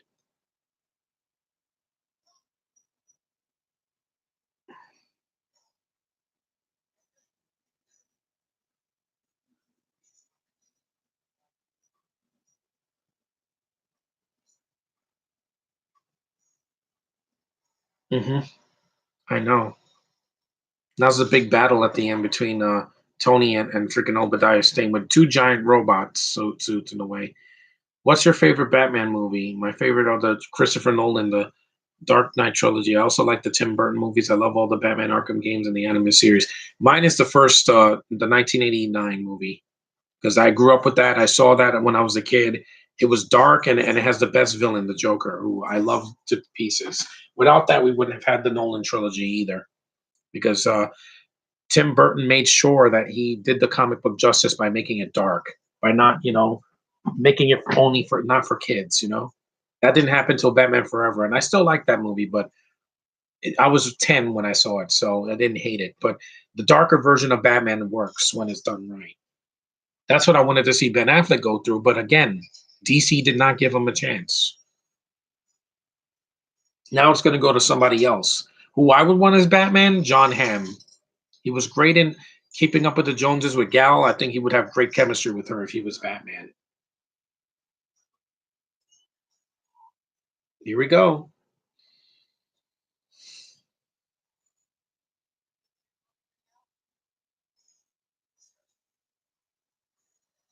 I also like Batman Forever. Yeah, it's a guilty pleasure. I enjoy it. I have it on Blu-ray. There's a suit. Yep. Next time. Time, baby. Yep. Next time, but you won't be in the suit. It's freaking Don Cheadle. That was a recasting that it didn't bother me because I'm like, well, Cheadle did a great job, man. He earned his spot.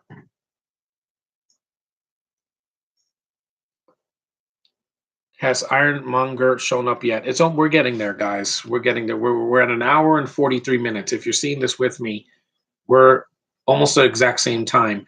I'm gonna skip ahead when I get to the end credits. I'm just gonna skip to the post-credit scene, which you guys know what it is. It's a scene with Nick Fury. I'm gonna get to that so I could get to there faster.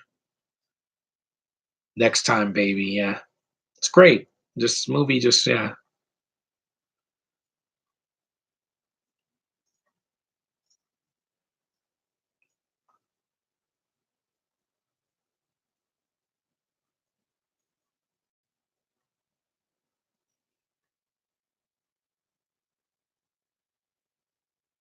And the effects on the Ironmonger is really good. Like it looks fantastic. Like I said, it looks like the Iron Giant from that movie from the 90s that I saw like recently, a couple years ago. It's good. There it is. He's shown up now. An hour and 44 minutes into the film.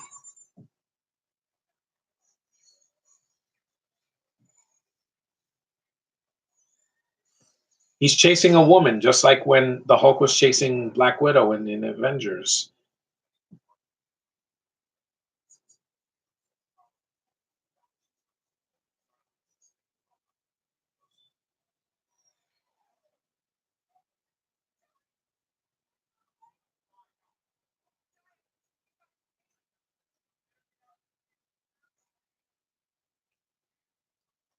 Run away. The CG could have looked dated, but it doesn't. It looks great. Hello, my dear. Yeah,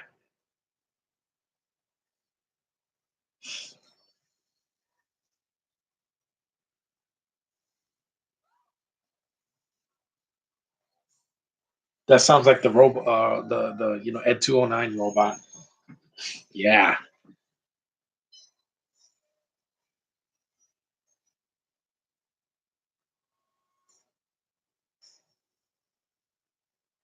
Oh yeah, this is the kids. Here comes the scene that made me upset. Oh, the scene with the kids. I get it.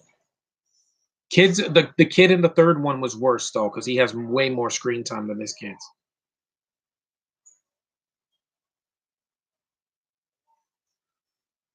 Collateral damage. Yep. Unibeam. Shh.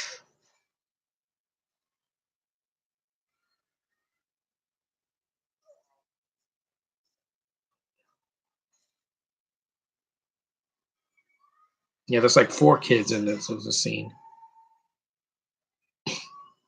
Oh yeah, this scene, yeah. I can understand the scene is kind of silly. But it's one scene, guys. It didn't ruin the movie for me. The rest of the movie holds up.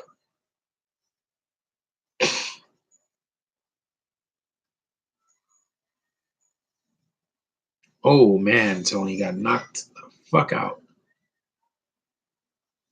The bus scene, just like the Avengers, or Spider-Man Homecoming had a bus scene, and there was a bus scene in Infinity War when he's like he sees his hair is growing up, and he's like, yeah, yeah. See, I love these movies, man. I get that scene upsets you, Josh. I get it. The family had pretty never heard of the word saving before. Yeah, they're kind of dumbasses, but it's one scene, guys. In Iron Man 3, that little boy just he tried to be overly cute, and I'm like, he could have been cut out of the film, guys. He's just there to fill time.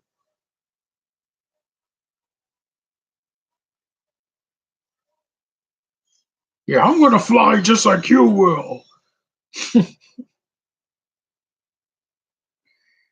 This is great. Suit can't fly.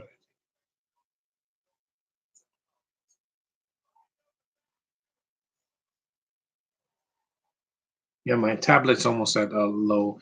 It's at 43%. I gotta charge it soon. I hope you guys enjoyed this. I hope you go back and rewatch Iron Man if you haven't. The movie still holds up. If you've never seen it, what are you waiting for? See it before Avengers in Endgame.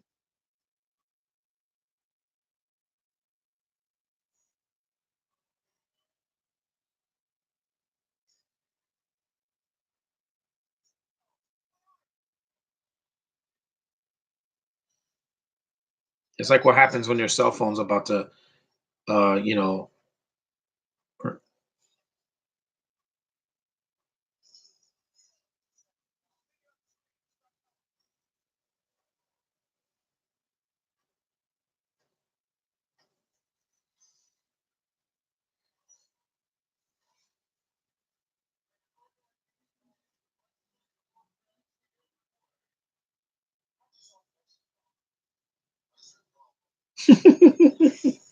Icing problem. Oh, uh-oh, let it go. Let it go. I'm gonna fall. I'm gonna fall from the freaking sky. I'm a fall. I'm a fall. I know I shouldn't be singing because I'm not in Dina Menzel, but 2%. No. Whoop. That's great. He's like, whoa, whoa, whoa, whoa, whoa. That's great. It's like when in Star Wars Shadows of the Empire when you're running out of jetpack power that you just start falling.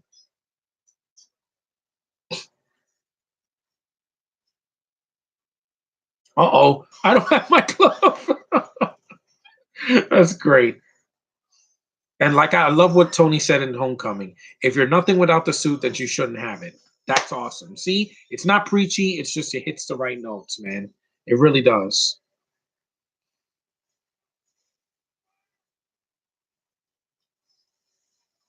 Maybe if they do the Mandarin right next time, they'll get an actual actor that can do it all the way and not do a stupid twist again. Because fans are not going to be fooled a second time. Trust me. With Dark Phoenix, that movie is doomed. The Fox merger made sure that that movie's going to flop because even if it ends up making money, it's not going to matter because now the X Men are in the MCU now.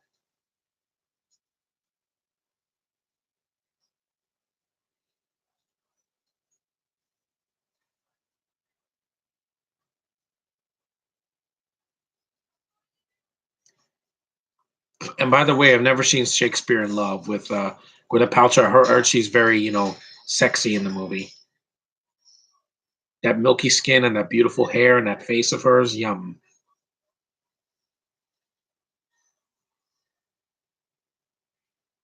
I can't see, Tony. I can't see.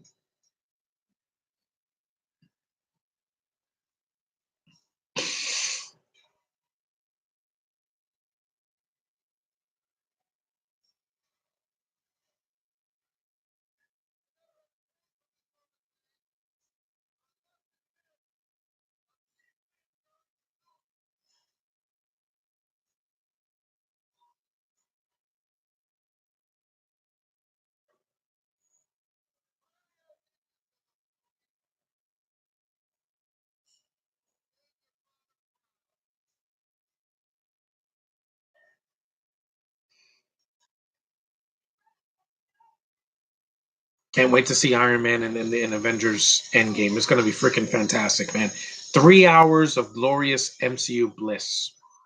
After waiting 11 years, believe me, I am ready for anything. I'm ready, man. Because unlike episode 9, which is going to be 3 hours just to pad out the running time because they want to copy Lord of the Rings, but with Endgame, it's earned that freaking spot. You can't have 55 characters in a movie and do it for an hour and 20 minutes or 2 hours.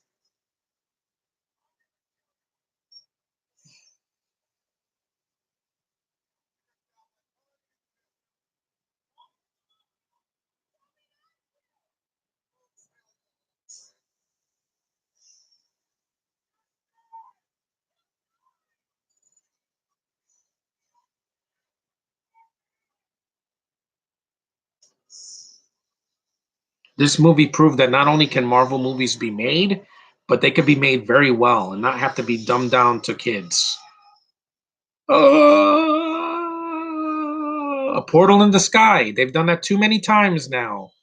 This movie was fine. We didn't need to see that in Man of Steel. We didn't need to see that in Suicide Squad or Fan Snore Stick. Too many movies have done that portal in the sky.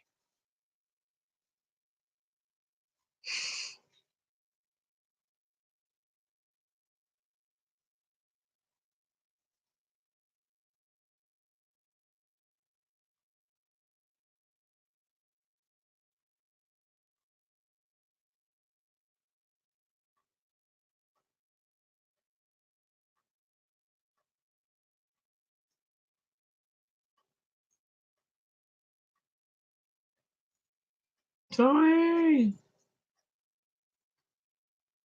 It's intense, man.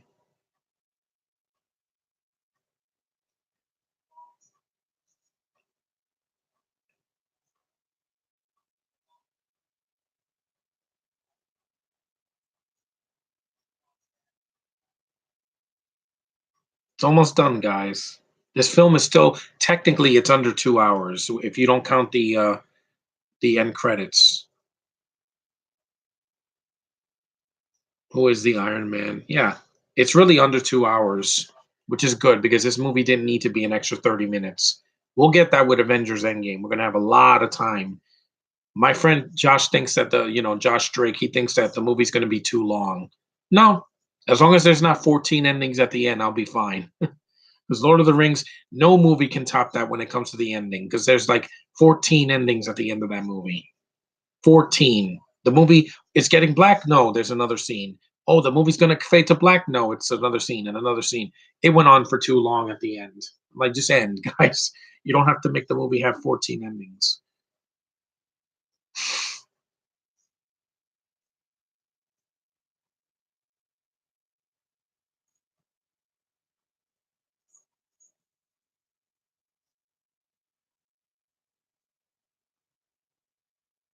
Oh yes. Yep. Shield, baby. Yes.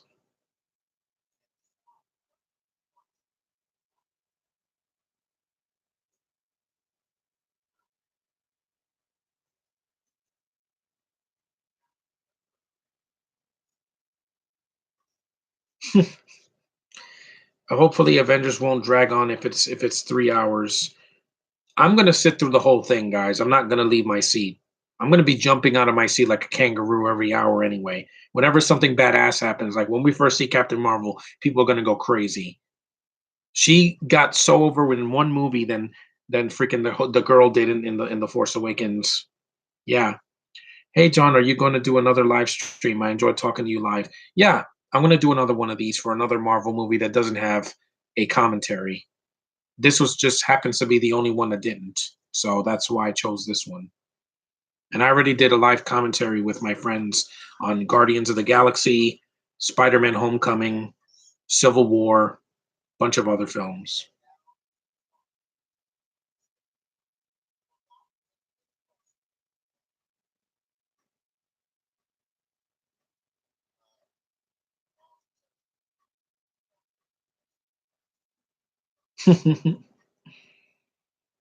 And I love this reveal at the end. I am Iron Man. There it is. Mic drop. And the movie just ends. That's it. You don't need the post credit scene is cool, especially when people heard that the Avengers was coming in a few years. Of course, they had to wait 4 years. Well worth the time, man.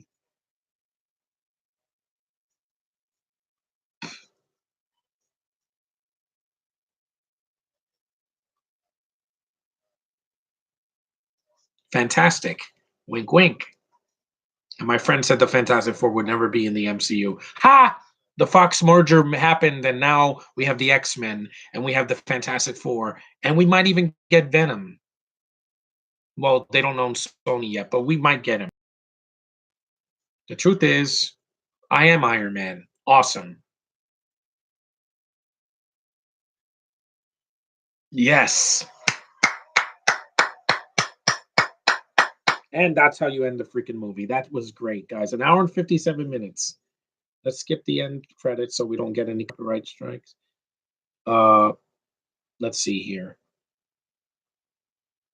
Hold on. Terrence Howard, yeah. Leslie Bibb. This isn't going to take long, guys, because it'll take a lot shorter. Because I wish I could do this in the theater just so I could get to the end credits. Because nobody wants to wait 10 minutes every time a movie. Because some movies don't have it. Like with Infinity War, they fooled the audience. They subverted our expectations. The movie had one post credit scene. Awesome, was worth the trip.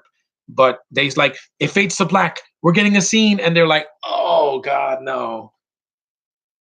And X-Men movies, no, they shouldn't have an now in the MCU. I do not want Dark Phoenix to have a post credit scene because it means nothing unless it leads to the MCU. Like we're gonna meet a new group of team members that can help us. Winkety wink wink. That's the only way Dark Phoenix will be worth my time. Hold on, we're getting there. We're getting there. We're getting there. We're getting there. Don't fast forward too much. We're getting there. Visual effects. Come on. Come on. Songs. Yeah, I'm almost there. No. Okay, there we go. We'll leave it there. I only got a minute left. The post credit scenes are not very long, so yeah, this is fun, guys. I'm glad that you guys enjoyed it. I'm glad I got to do this, and doing the post credit scene is easy. Here we go.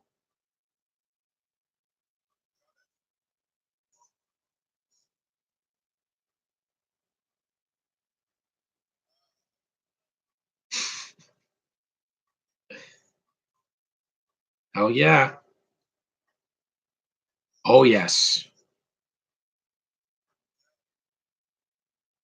Nick Fury, director of Shield. Oh yes.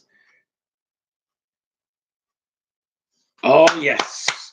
Oh man, that scene was freaking awesome. When I saw that in the theater, everybody lost it. They were talking fan theories. Oh, who's going to be in the Avengers? What are they going to do next? And you know all the story, guys. Well, that's my live commentary on the awesome Iron Man movie from 2008. It still holds up. It's a great freaking movie, and it started the MCU on a high note. And hopefully, Endgame is going to end it on a high note as well for the first, six Avengers from the first movie. So Thanks for watching, guys. Take care. I'll stop it at the 2 hour mark. And I will see you guys in the next video. Later.